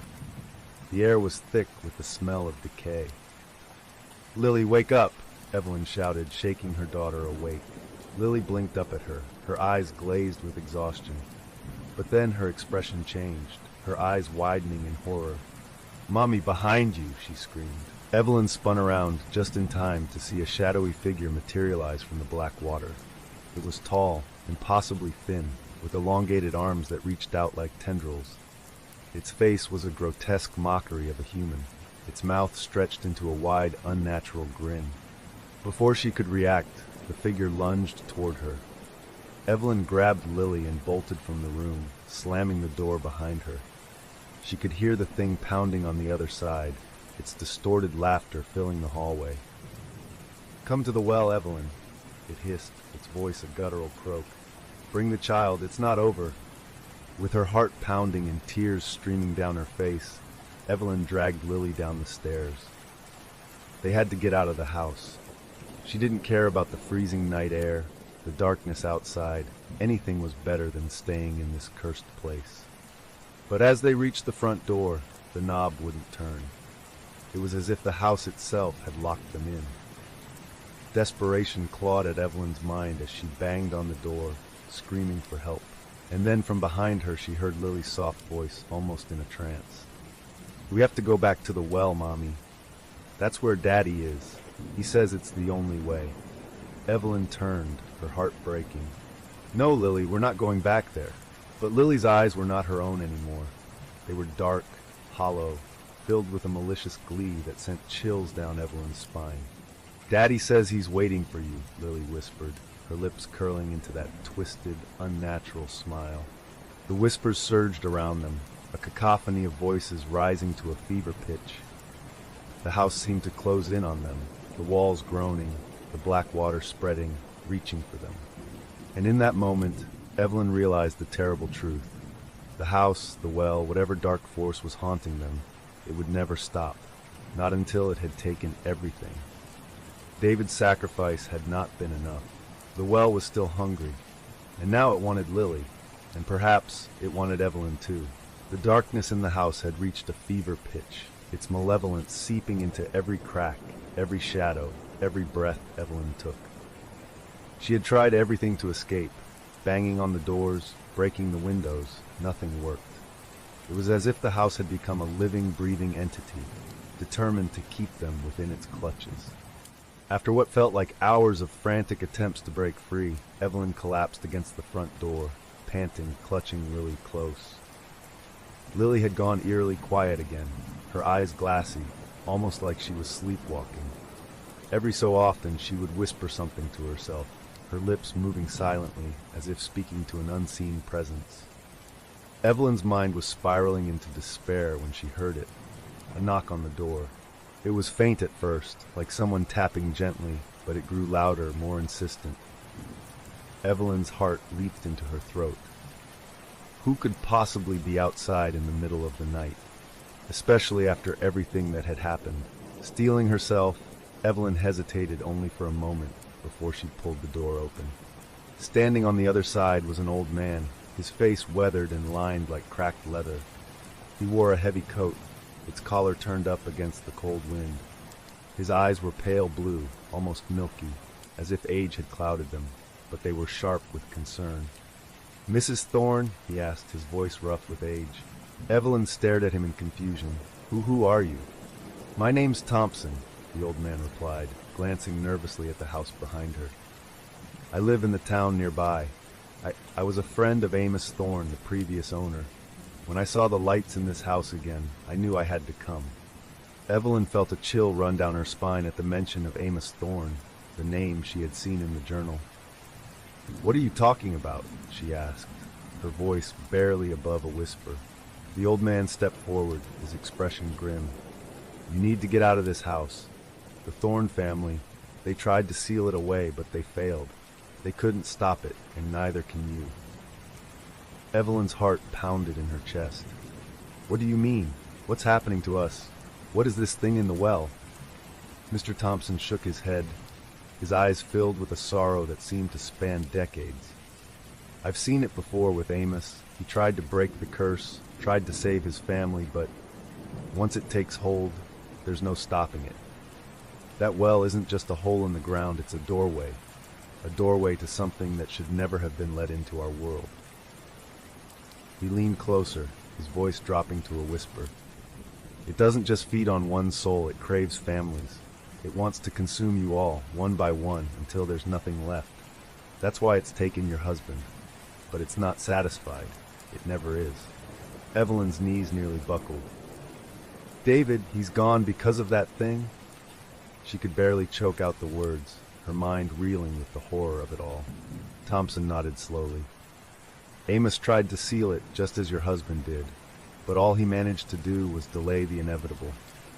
The well, it will keep coming back, keep whispering until it drags every last one of you down with it." Evelyn's breath hitched, panic rising like a tidal wave. But there has to be a way. There has to be something we can do to stop it." The old man sighed heavily, looking down at his worn boots as if weighing his next words carefully. "There's only one way to break its hold entirely, but it's not a solution you're going to like." "What is it?" Evelyn demanded, desperation coloring her voice. "The well demands a willing sacrifice," Thompson said softly. "But not just any life. It must be a blood relative of those who've already been taken, a parent or a child." His gaze flicked to Lily, who stood silently by her mother's side, her eyes glazed over. Evelyn felt as though the ground had dropped out from beneath her. "No," she whispered, shaking her head violently. "No, I won't do it. I won't sacrifice my daughter. There has to be another way." Mr. Thompson's face softened, but his eyes were filled with a sorrow that bordered on pity. "I don't blame you for refusing, Mrs. Thorne, but you have to understand, if you don't do it willingly, the well will take her anyway. And it won't stop there. It will take you too, just like it took Amos's wife and children, just like it took your husband." "No!" Evelyn shouted, tears streaming down her face. "There has to be another way. I won't let it take her." Mr. Thompson reached into his coat pocket and pulled out a small, worn, leather-bound book. This belonged to Amos. It's a grimoire, old magic, dangerous, but it might hold something that could help you. But I warn you, it's filled with rituals and incantations that are not to be taken lightly.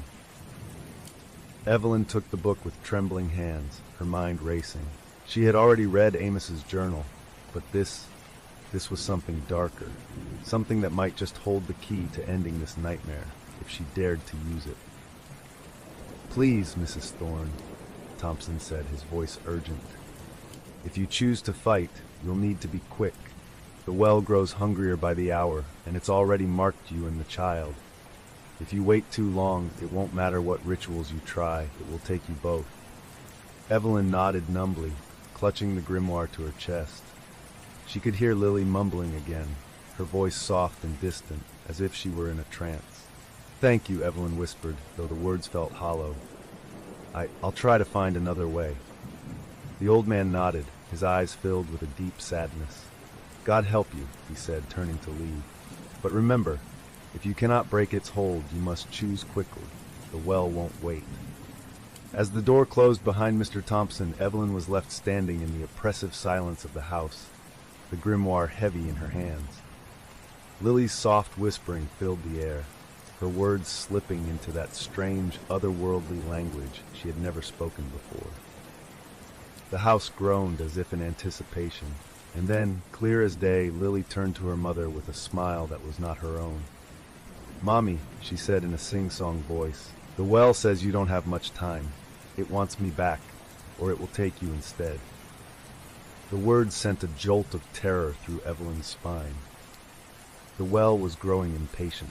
Whatever she was going to do, she needed to do it fast. She had to make a choice. Risk delving into the dark magic of the grimoire, or consider the unthinkable, a sacrifice to end the nightmare once and for all. Evelyn's hands trembled as she opened the ancient book. Pages filled with cryptic symbols and dark incantations stared back at her. Somewhere deep in the house, a door creaked open on its own. The black water had begun to seep from the walls again, pooling at her feet, its icy touch sending a chill up her spine. The well was calling, the house was closing in, and time was running out.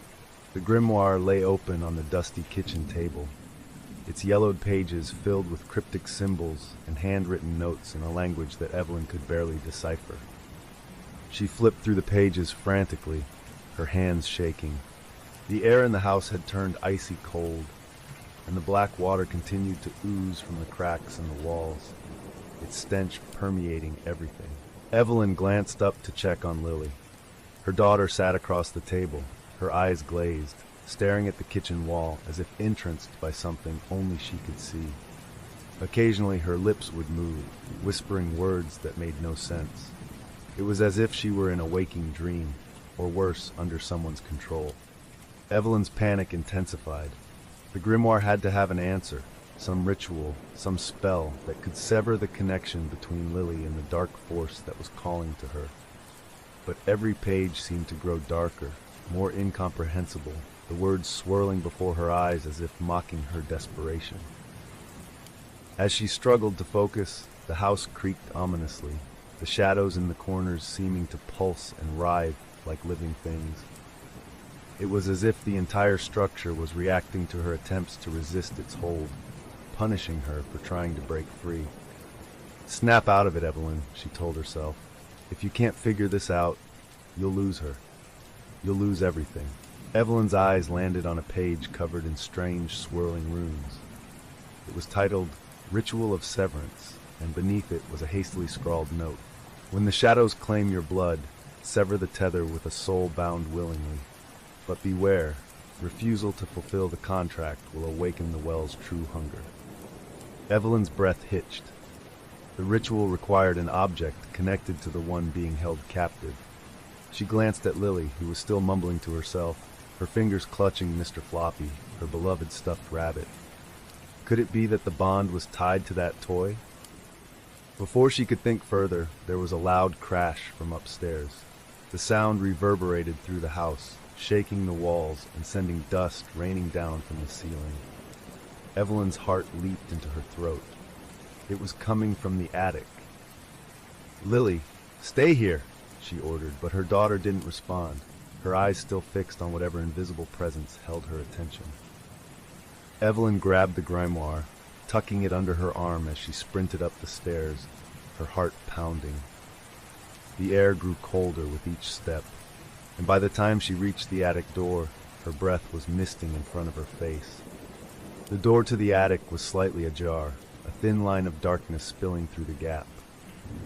She hesitated, dread pooling in her stomach, but the sound of a child's laughter, faint, distorted, urged her forward.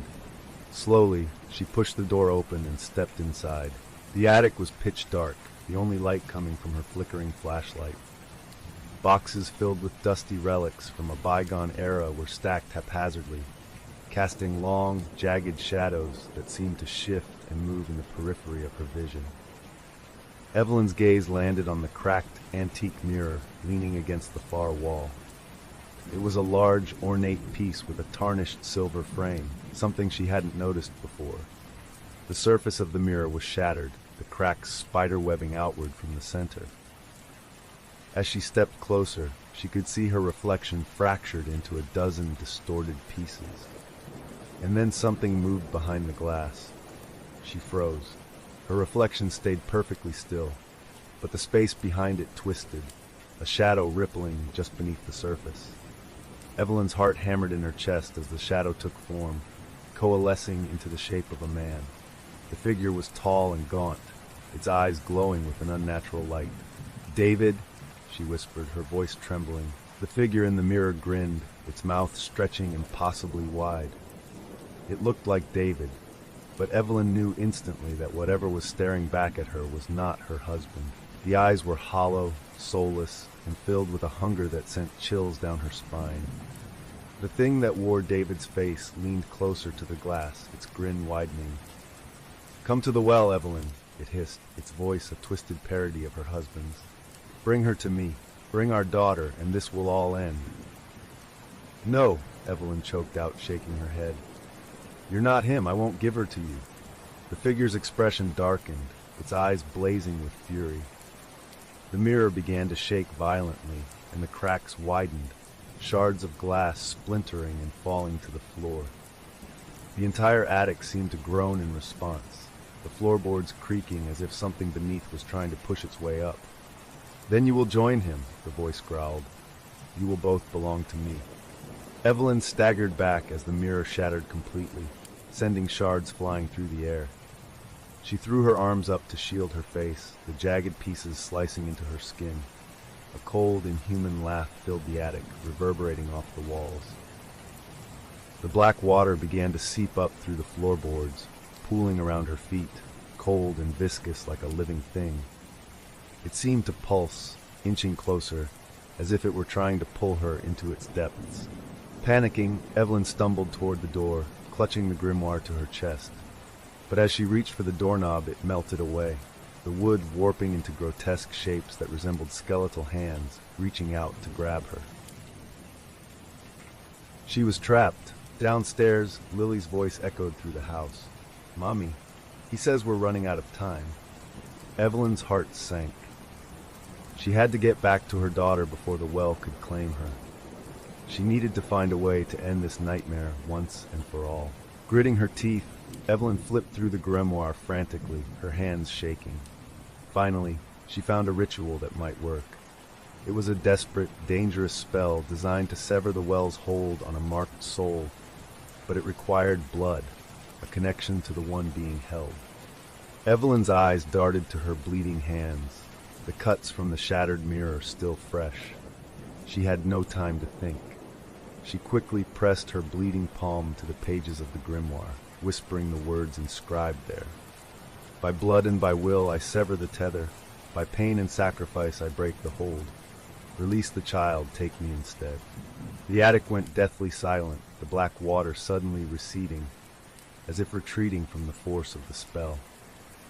But then the house shuddered violently, and a deafening roar filled the air.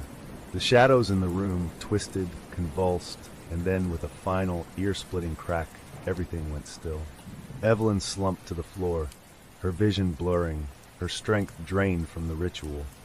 She could hear Lily's voice calling her faintly from downstairs, but it sounded distant, almost like it was coming from another world. "Mommy, Mommy, please come back." Gathering the last of her strength, Evelyn forced herself to her feet and staggered toward the door, which had finally returned to its normal shape. The house was silent now, the oppressive darkness that had filled it seeming to lift. But as she made her way down the stairs, clutching the grimoire like a lifeline, She couldn't shake the feeling that she had only made things worse. The well was angry now, furious even. And whatever was inside it was no longer satisfied with whispers and threats. It was coming for them, and it was no longer content with a single sacrifice. As she reached the bottom of the stairs, she saw Lily standing in the hallway, her eyes wide with terror. "Mommy, he's here," Lily whispered, pointing toward the front door. The door slowly creaked open, revealing a figure standing on the other side. It was David, or what was left of him. "Evelyn," he said, his voice a horrible guttural rasp. "I told you, the well is never satisfied." The figure at the doorway looked like David, his familiar silhouette, the way he stood with one shoulder slightly slumped, but there was something terribly wrong. The once warm, gentle eyes that Evelyn had known for so many years were now hollow, black pits that seemed to drink in the light. His skin was ashen, with patches of dark rot spreading across his face, and his mouth twisted into a grotesque smile that revealed jagged, unnatural teeth. "Evelyn, I've missed you," he rasped, the voice like nails on a chalkboard. It was David's voice, but it was twisted, corrupted, as if spoken through a throat filled with gravel. Lily whimpered, clutching Mr. Floppy to her chest, her eyes wide with terror. "Mummy, that's not Daddy!" she cried, backing away until she was pressed against the wall.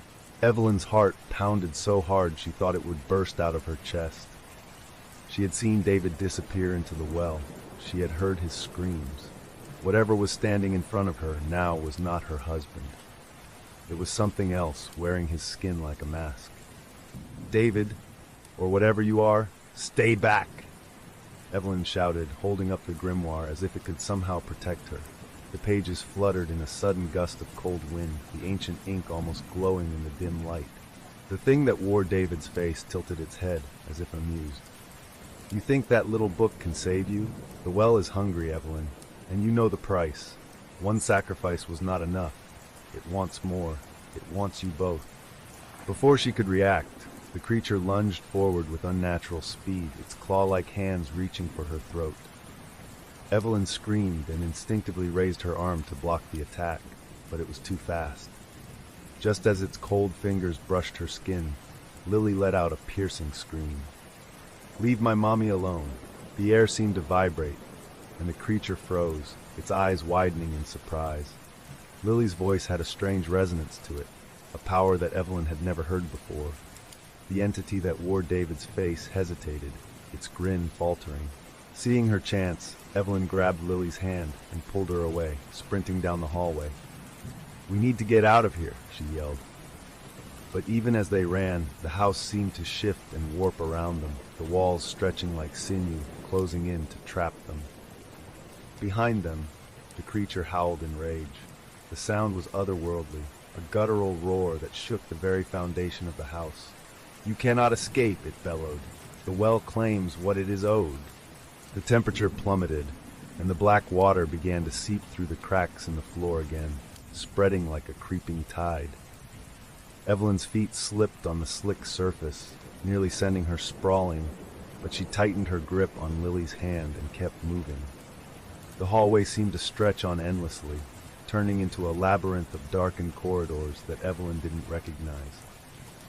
Every door they passed slammed shut behind them, as if the house itself were trying to funnel them towards some dark fate. "Mommy, where are we going?" Lily gasped, her voice trembling with fear. "I don't know, honey," Evelyn admitted, tears streaming down her face. "I'm just trying to find a way out." But deep down, she knew the truth. There was no escaping the house. It had become an extension of the well's malevolent hunger, a prison designed to trap them until it got what it wanted. Finally, they burst into the living room, panting and desperate. The fireplace, which had been cold and unused for years, was now roaring with blue flames that cast eerie shadows across the room. In the center of the room stood Mr. Thompson, the old neighbor who had warned her just hours ago. But his face was twisted in horror, his eyes wide as if he had seen something unspeakable. "Thompson, what's happening?" Evelyn cried, clutching Lily to her side. The old man turned slowly, his eyes hollow. "I told you, the well never lets go. he whispered, his voice cracking. It's not just a place. It's a hunger that consumes everything it touches. It will twist your loved ones into monsters, use their voices, their faces, to break you. As he spoke, the front door behind him swung open with a deafening crash, revealing the figure of David once more. Only now, his form was deteriorating rapidly, pieces of his flesh sloughing off to reveal the writhing black mass beneath. "Run, Evelyn!" Thompson shouted, stepping between her and the creature. "I'll hold it off as long as I can." "No, you can't," Evelyn began, but the old man turned to her with a look of resolve. "This is my debt to pay," he said, pulling a small vial from his coat and hurling it at the creature. The glass shattered, and the black mass screamed as the liquid hissed and bubbled on its surface. "Go!" Thompson roared, his voice filled with a desperation that sent Evelyn scrambling for the back door. Clutching Lily's hand, she fled, not daring to look back as the sound of Thompson's screams filled the air. They burst out into the cold night, the moon hidden behind thick clouds. The only light came from the house itself, which seemed to glow with an unnatural, sickly hue. Evelyn's lungs burned with every breath, but she kept running, dragging Lily toward the only place she could think of, the well. If the house was truly tied to the well, maybe, just maybe, she could end this nightmare where it began. The clearing where the well stood was even darker than before, the shadows so thick they seemed to swallow the light from her flashlight. The iron cover that they had placed over the well was once again pushed aside, as if whatever was inside had burst free. Lily pulled on her hand, her eyes wide with terror. "Mommy, we can't go back there. He's waiting for us." Evelyn knelt down, gripping Lily by the shoulders, forcing her to look into her eyes. "Listen to me, Lily. I need you to be brave, okay? I think we can stop this if we go to the well, if we face it." Lily's lower lip trembled, but she nodded slowly, tears welling up in her eyes. "I'm scared, Mommy." "I know, sweetie," Evelyn whispered, choking back her own sobs. "I am too, but we're going to do this together, all right?" With a deep breath, Evelyn pulled Lily closer to the well's edge.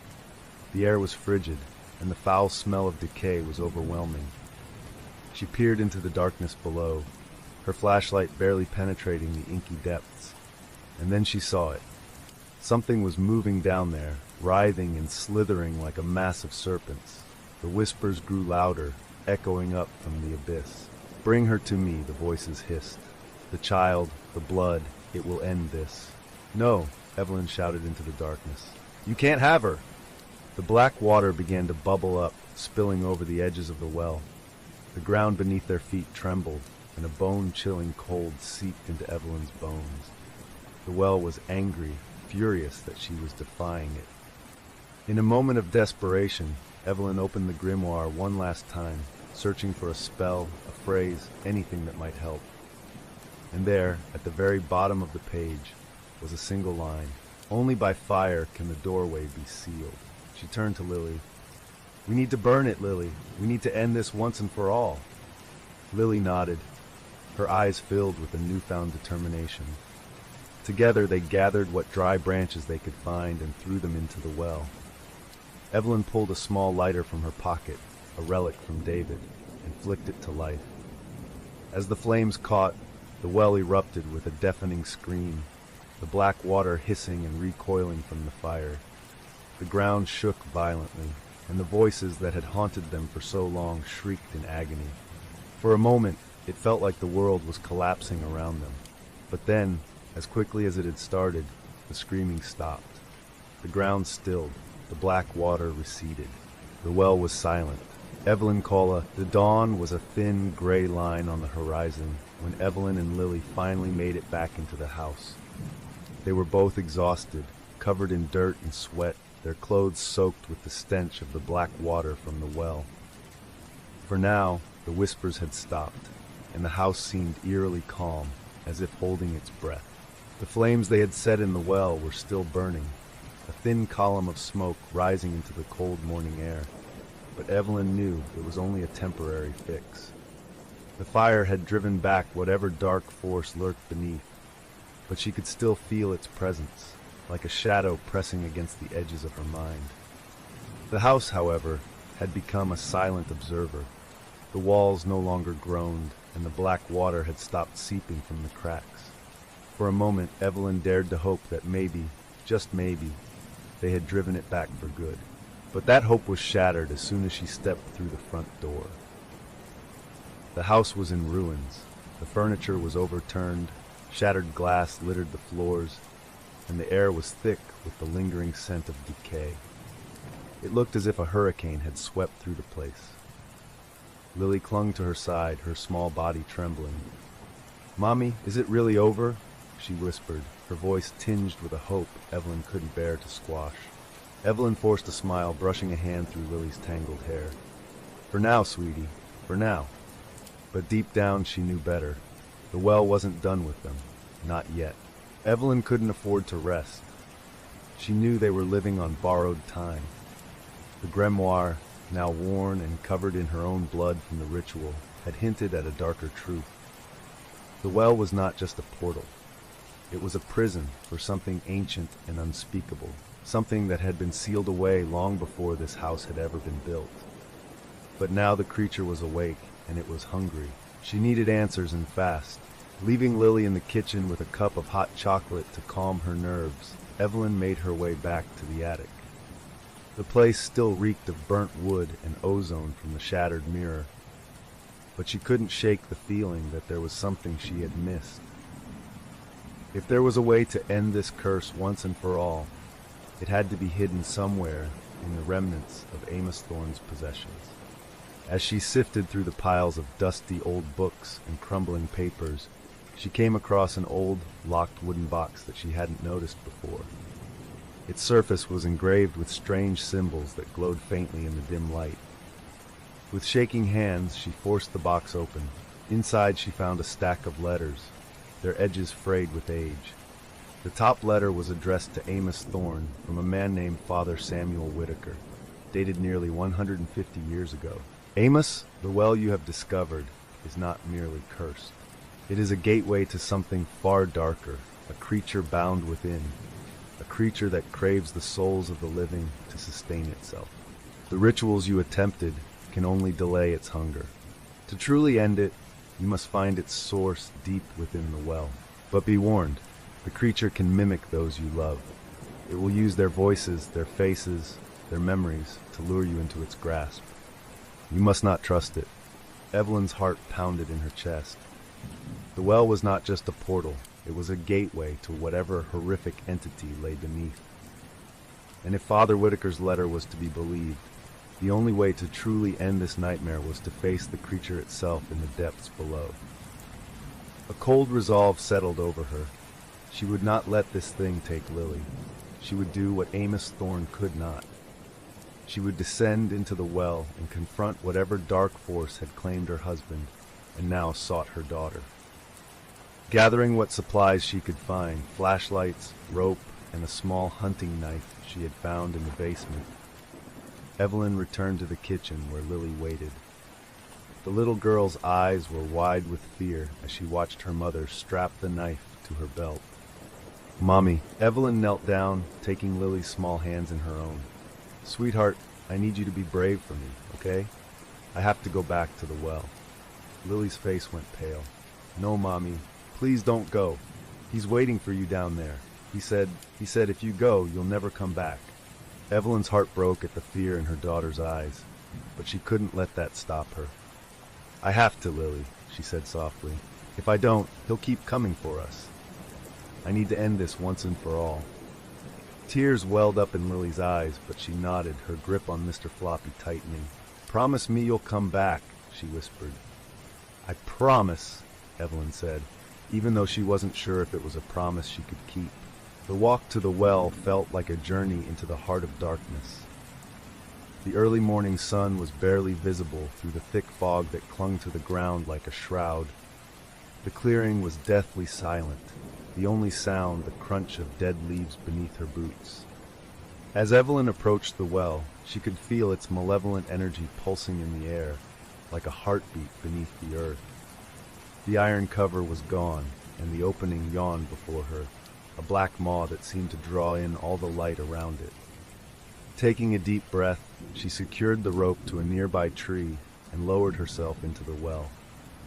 The descent was slow, the walls slick with moisture and covered in strange, glowing fungi that pulsed with an eerie light. The air was thick with the stench of decay, making her gag with every breath. The whispers began almost immediately. At first, they were faint, like a distant conversation. But as she descended deeper, they grew louder, more insistent, echoing off the damp stone walls. "Evelyn, come to me." She recognized the voice. It was David's. "Don't listen," she muttered to herself, her grip on the rope tightening. "It's not real." But the voice continued, growing more desperate. "Evelyn, I'm down here. Please help me."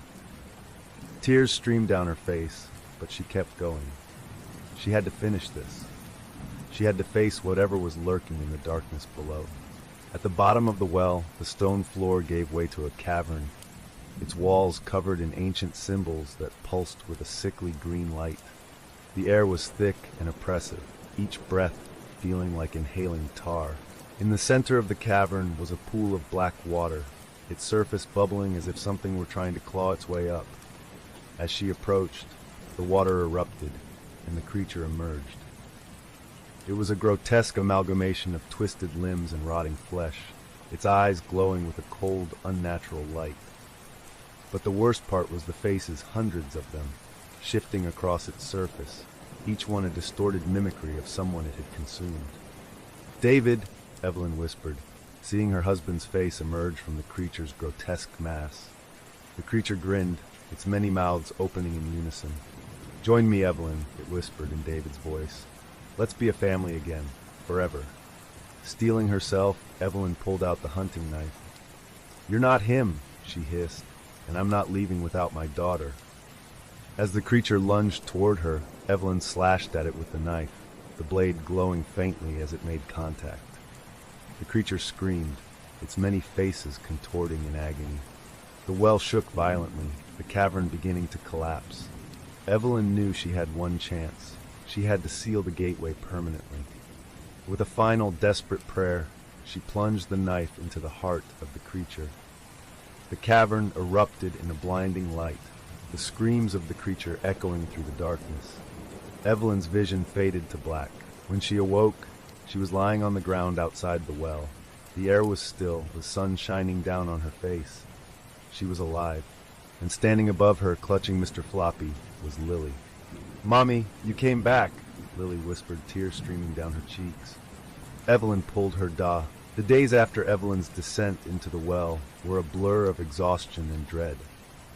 She had saved Lily, at least for now, and the house was eerily quiet, almost as if it were holding its breath.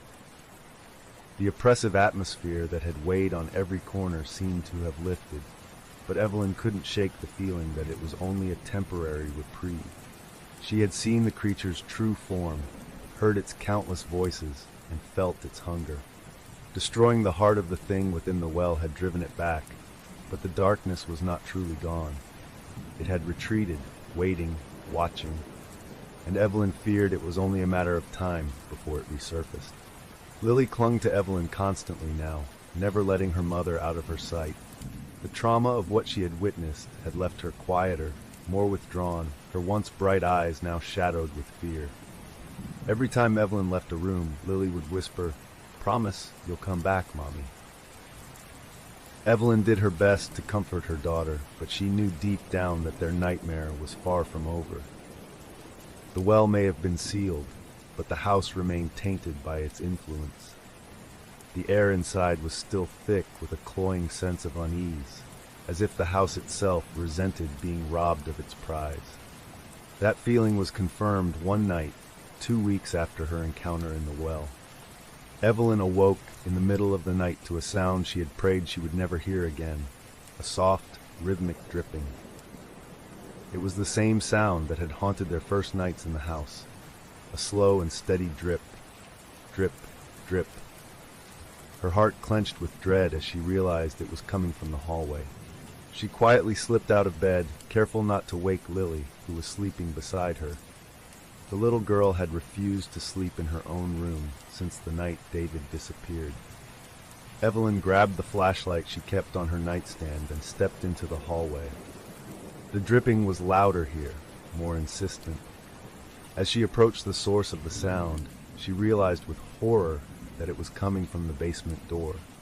"No," she whispered to herself. "I sealed it. I ended it." But the house seemed to laugh at her, the walls creaking softly, as if mocking her desperation. The basement door was ajar, and black water seeped from the crack, pooling on the floor like an oil slick. The air was cold, the familiar stench of decay filling her nostrils. Gripping the flashlight tightly, Evelyn pushed the door open and descended into the darkness. The basement was exactly as she had left it, the remnants of her earlier rituals scattered across the cold stone floor. But now, the black water was back, spreading from the far corner where the sealed iron door still stood. The door that she had thought was forever locked. But something was different. This time, the door was not only leaking, it was pulsing, as if something behind it was struggling to break free. A low, guttural whisper filled the air, the same one that had haunted her nightmares. "Evelyn, you cannot run from me. You cannot escape what I am owed." Evelyn's knees buckled and she fell to the cold stone floor. "I sealed you," she whispered, her voice shaking. "I did everything. I gave you what you wanted." The whispers intensified, filling the room with a cacophony of overlapping voices. "You thought you could cheat me? You thought a knife and a flame could end what has been bound for centuries? No, Evelyn. The well's hunger is eternal, and you have only delayed what is inevitable." Tears streamed down Evelyn's face. "What do you want from me?" she screamed, her voice raw with desperation. "I gave you David. I gave you what you demanded." The whispers paused, and then a single voice, soft, almost gentle, filled the silence. It was David's voice. "You gave me to the darkness, Evelyn, but it is not enough. The well must have a willing sacrifice, one who gives their soul freely. It cannot be taken, it must be offered." Evelyn's heart twisted painfully. "David, if you're really in there, tell me how to end this." But the creature that wore David's voice only laughed, a hollow, mocking sound that sent chills down her spine. "I told you, my love, the well demands one more soul willingly given, and only then will it release us." Evelyn's hands shook as she realized what it was asking. It wanted her. It wanted her to give herself freely, to walk into the darkness and join David, to sacrifice her life in exchange for Lily's safety. She gripped the edges of the grimoire she had brought with her, scanning its pages for something, anything that could offer another way. But the pages were covered in strange symbols that seemed to shift and blur as she read them, the words slipping from her grasp like water. The whispers continued, relentless. "There is no other way, Evelyn. You know it as well as I do. The only way to break the curse is to offer yourself willingly, a mother's sacrifice for her child's freedom. It is the oldest bargain, the truest magic." Evelyn was trembling now, her mind racing. She thought of Lily's tear-streaked face, of her promise to protect her daughter at all costs. If she went into the well, it would all end. Lily would be free. The house, the darkness, the whispers, they would finally stop. But could she really trust the creature? Could she believe that sacrificing herself would truly free Lily from its grasp? Then she heard it. Lily's voice, faint and desperate, coming from behind the sealed door. "Mommy, help me, please!" Without another thought, Evelyn threw the grimoire aside and grabbed the iron handle. The door was hot to the touch, pulsing beneath her fingers as if it were alive. The black water surged around her feet, rising to her ankles as if trying to pull her into its depths. With a scream, she yanked the door open. What she saw on the other side was beyond anything she could have imagined. The cavern below the house had transformed into a grotesque, pulsating hellscape. The walls were covered in writhing tendrils of darkness that seemed to breathe, expanding and contracting like the lungs of some great beast. At the center of it all was the well, its mouth gaping wide, tendrils of black water reaching out like claws. And there, standing at the edge of the well, was Lily. Her daughter was standing perfectly still, her eyes wide and glassy, her lips moving silently as if in prayer. The black water was slowly creeping up her legs, pulling her toward the well. "Lily!" Evelyn screamed, rushing forward. But as she tried to reach her daughter, the tendrils of darkness wrapped around her legs, pulling her to the ground. A figure emerged from the shadows, David, or rather, the twisted mockery of what was once David. His eyes were pits of darkness, his mouth twisted into that grotesque grin. "It's time, Evelyn," the creature whispered, reaching out a hand. "Come willingly, and she will be free. Refuse, and she will take your place." Evelyn looked at Lily, who was staring at her with eyes filled with terror. "Mommy, don't let it take me," she whispered, her voice trembling. Evelyn's heart shattered. She knew what she had to do.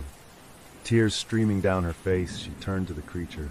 "Take me," she said, her voice barely a whisper. "I offer myself willingly. Just let her go." The creature's smile widened, its many voices overlapping in a triumphant roar. The tendrils released Lily, who stumbled back, her eyes clearing. But Evelyn felt herself being pulled toward the well, the darkness wrapping around her like a lover's embrace. Lily screamed, "No, Mommy, don't go!" But it was too late. Evelyn gave one last look at her daughter, a soft smile on her lips. "I love you, Lily. Be brave." And with that, the darkness swallowed her whole, pulling her into the depths of the well. The last thing she heard was Lily's voice, crying out for her in the dark. The darkness was absolute. It swallowed Evelyn whole, wrapping her in its cold, suffocating embrace. As she was dragged deeper into the well, it felt as though the very air was being squeezed from her lungs. Her body was no longer her own. Her limbs refused to obey her commands, moving only where the black water wished to take her. The icy tendrils clung to her, pulling her downward, deeper into the abyss. She tried to scream, but the water filled her mouth, her throat, her lungs, choking her cries into silence. All she could hear was the relentless whispering voices overlapping, maddeningly close, yet impossible to understand.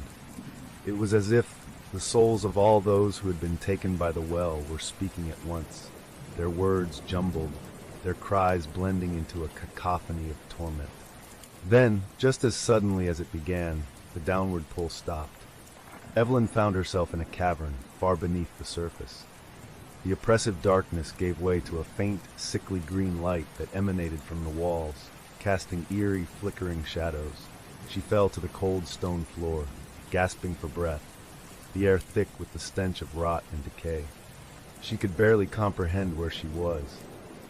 The cavern stretched on endlessly, filled with twisted columns of black stone that seemed to pulsate like living veins.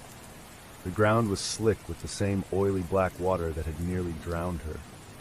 All around her, the walls seemed to breathe, expanding and contracting as if the entire space was alive. "This is where it lives," she thought, the realization sending a jolt of terror through her. This is its domain. As Evelyn struggled to her feet, she heard it again, the voice that had lured her down here, the voice that had worn her husband's face. "Evelyn," it whispered, soft and mocking. "You came willingly. You truly thought you could save her. How noble, how foolish." The creature that had taken David's form emerged from the shadows, its figure shifting and changing like smoke caught in a breeze.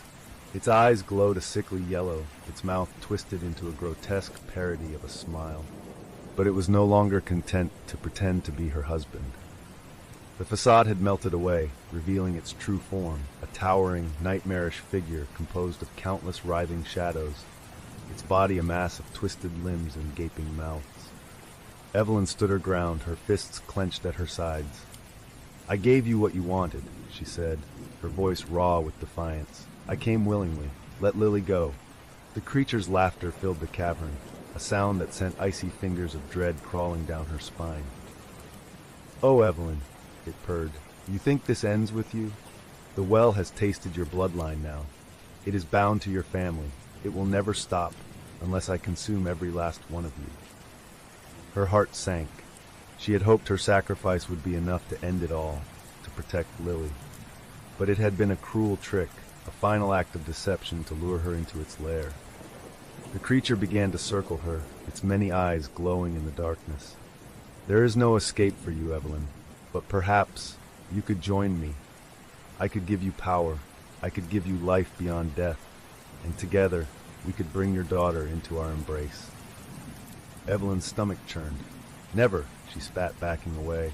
I'll die before I let you take her. The creature's grin widened. Oh, but you already have, it said with a mocking tone. You are already dead, Evelyn, or rather, you are mine. You chose to sacrifice yourself, and now you will join the others. The cavern began to shift and pulse, the walls trembling as if the creature's rage was seeping into the very earth. Around her, the black water began to rise, creeping toward her feet. But this time, it wasn't trying to drown her, it was reshaping itself, forming into grotesque figures. One by one, the figures took on familiar shapes. Evelyn's heart clenched as she recognized the faces of those who had been taken by the well over the centuries. Their eyes were hollow, their mouths twisted into screams that never ended. And then she saw him, David, standing among the damned. His eyes were wide with pain, his hands outstretched as if reaching for her. Evelyn, he whispered, his voice filled with sorrow. I tried to fight it, but it was too strong. Tears streamed down her face. David, I'm so sorry, she sobbed. I thought I could save you. The creature laughed, its many voices overlapping in a grotesque harmony. He is mine now, just as you are, it hissed. But I am not without mercy. I will allow you one last choice, Evelyn.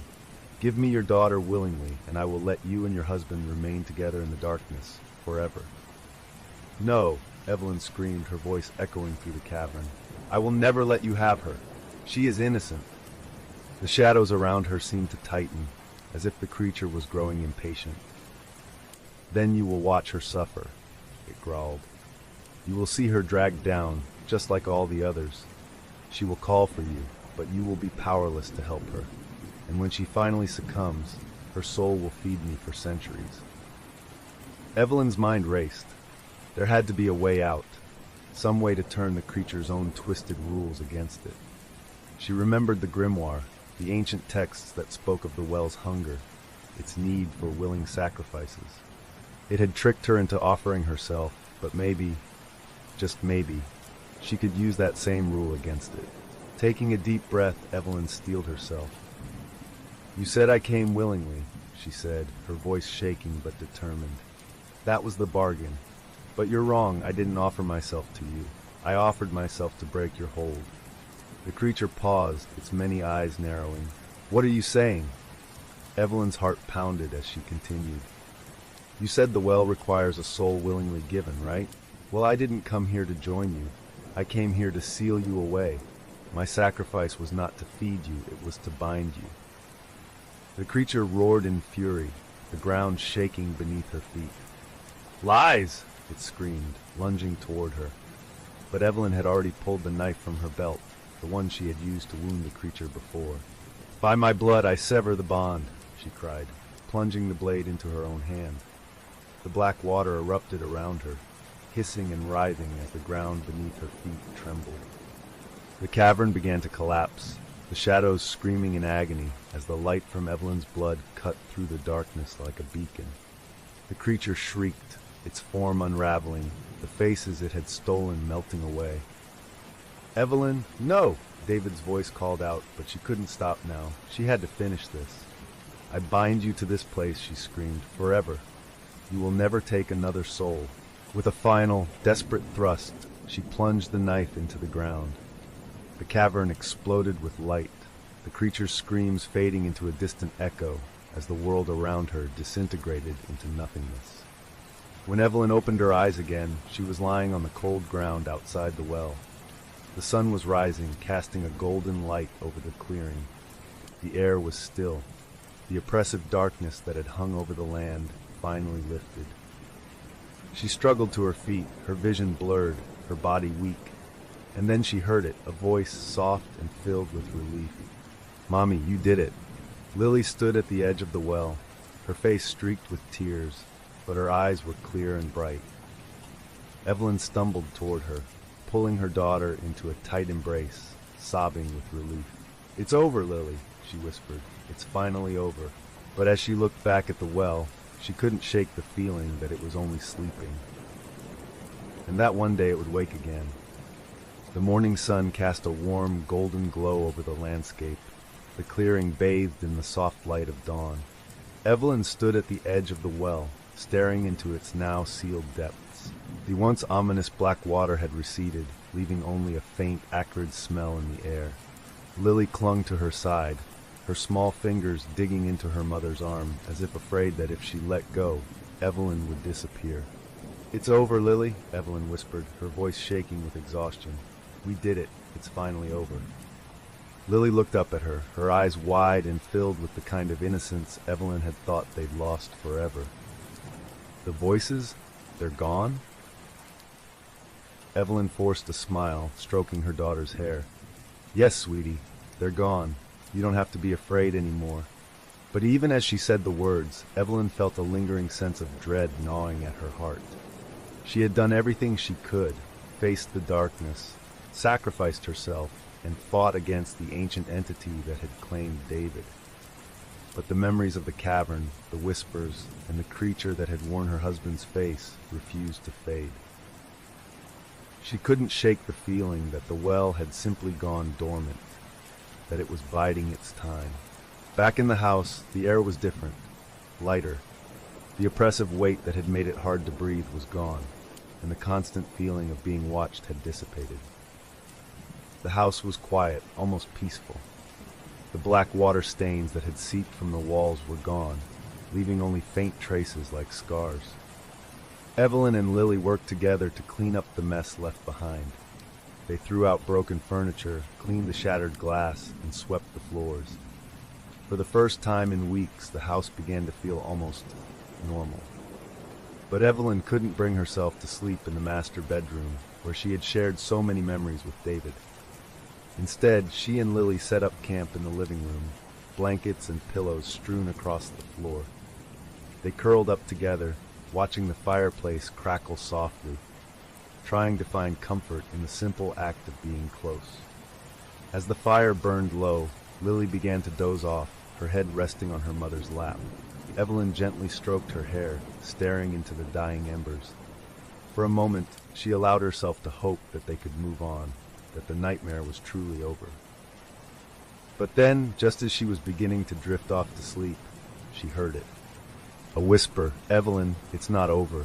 Her eyes snapped open, and she sat up, heart pounding. But the room was silent except for the crackling of the fire and Lily's soft breathing.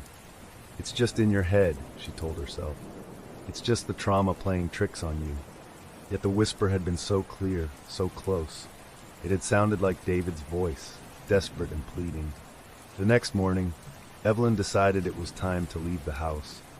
She had clung to the hope that she could make it a home again, but now she knew better. The well, the darkness, it had tainted everything. She couldn't risk staying here any longer, not when Lily's safety was at stake. Packing was a hurried affair. Evelyn stuffed their belongings into bags with shaking hands, constantly looking over her shoulder as if expecting the shadows to reach out and grab her. Lily watched silently, her eyes filled with a mix of relief and fear. As they made their way to the car, the morning fog clung to the ground, swirling around their ankles like ghostly fingers. Evelyn hesitated for a moment, glancing back at the house. It stood there, dark and silent, like a slumbering beast. But then she turned away, determined to leave it behind. They drove away without looking back. The winding road that had once felt like a passage into darkness now felt like a path to freedom. But as they reached the outskirts of town, Evelyn noticed something in the rearview mirror, just a fleeting glimpse of a shadowy figure standing at the edge of the woods, watching them leave. She shook her head, refusing to give in to the paranoia. "It's over," she told herself. "We're free." The days turned into weeks, and slowly, life began to resemble something close to normalcy. Evelyn found a small apartment in a town far from the house, where no one had ever heard of the cursed well or the Thorne family's dark history. She enrolled Lily in a new school, hoping the change of scenery would help her daughter forget the horrors they had faced. But even in their new home, Evelyn couldn't escape the lingering sense of dread. Every time she turned off the lights at night, she would hear faint creaks, soft whispers, the drip of water echoing somewhere in the distance. Lily, too, had grown quieter, more withdrawn. She no longer talked about the voices, but she would wake up in the middle of the night, crying and clutching Mr. Floppy, insisting she had heard someone calling her name. "Mommy," Lily whispered one night as they lay in their shared bed, the moonlight filtering through the curtains. "Do you think Daddy is still down there?" Evelyn's throat tightened, but she forced herself to stay calm. "No, sweetie, he's gone. He's at peace now." But even as she said it, she couldn't forget the look on David's face in that dark cavern, the agony in his eyes as he reached for her, begging for release. One night, nearly a month after they had fled the house, Evelyn woke up to a soft sound, faint, almost imperceptible. At first she thought it was just a dream, but as she sat up, she realized it was real. A slow, rhythmic drip. Her heart froze. The sound was coming from the bathroom. Taking a deep breath, Evelyn grabbed the flashlight from her nightstand and made her way down the dark hallway. The apartment was quiet, but the sound of dripping water grew louder with each step, echoing off the walls. When she reached the bathroom door, she hesitated. She could feel the cold air seeping through the crack, a chill that sent shivers down her spine. Slowly, she pushed the door open. The sink faucet was dripping, dark water pooling in the porcelain bowl. The stench of decay hit her like a physical blow, making her gag. But that wasn't what made her scream. In the mirror above the sink, there was a message, scrawled in black, dripping letters. "You can't run forever." And beneath it, a single word, one that made her blood run cold. "Lily." The apartment lights flickered, and the whispering began anew, rising to a fever pitch. "The well is never satisfied. It will find you. It will find her." Tears streamed down Evelyn's face as she stumbled back, the whispers filling her mind, the shadows pressing in. The creature hadn't been defeated. It had only been delayed. And now, it was coming for them again. The well would never let them go. As she stood there, trembling in the dark, Evelyn realized the terrible truth. This nightmare was far from over. The whispers would never stop, because some doors once opened could never truly be closed. The end for now,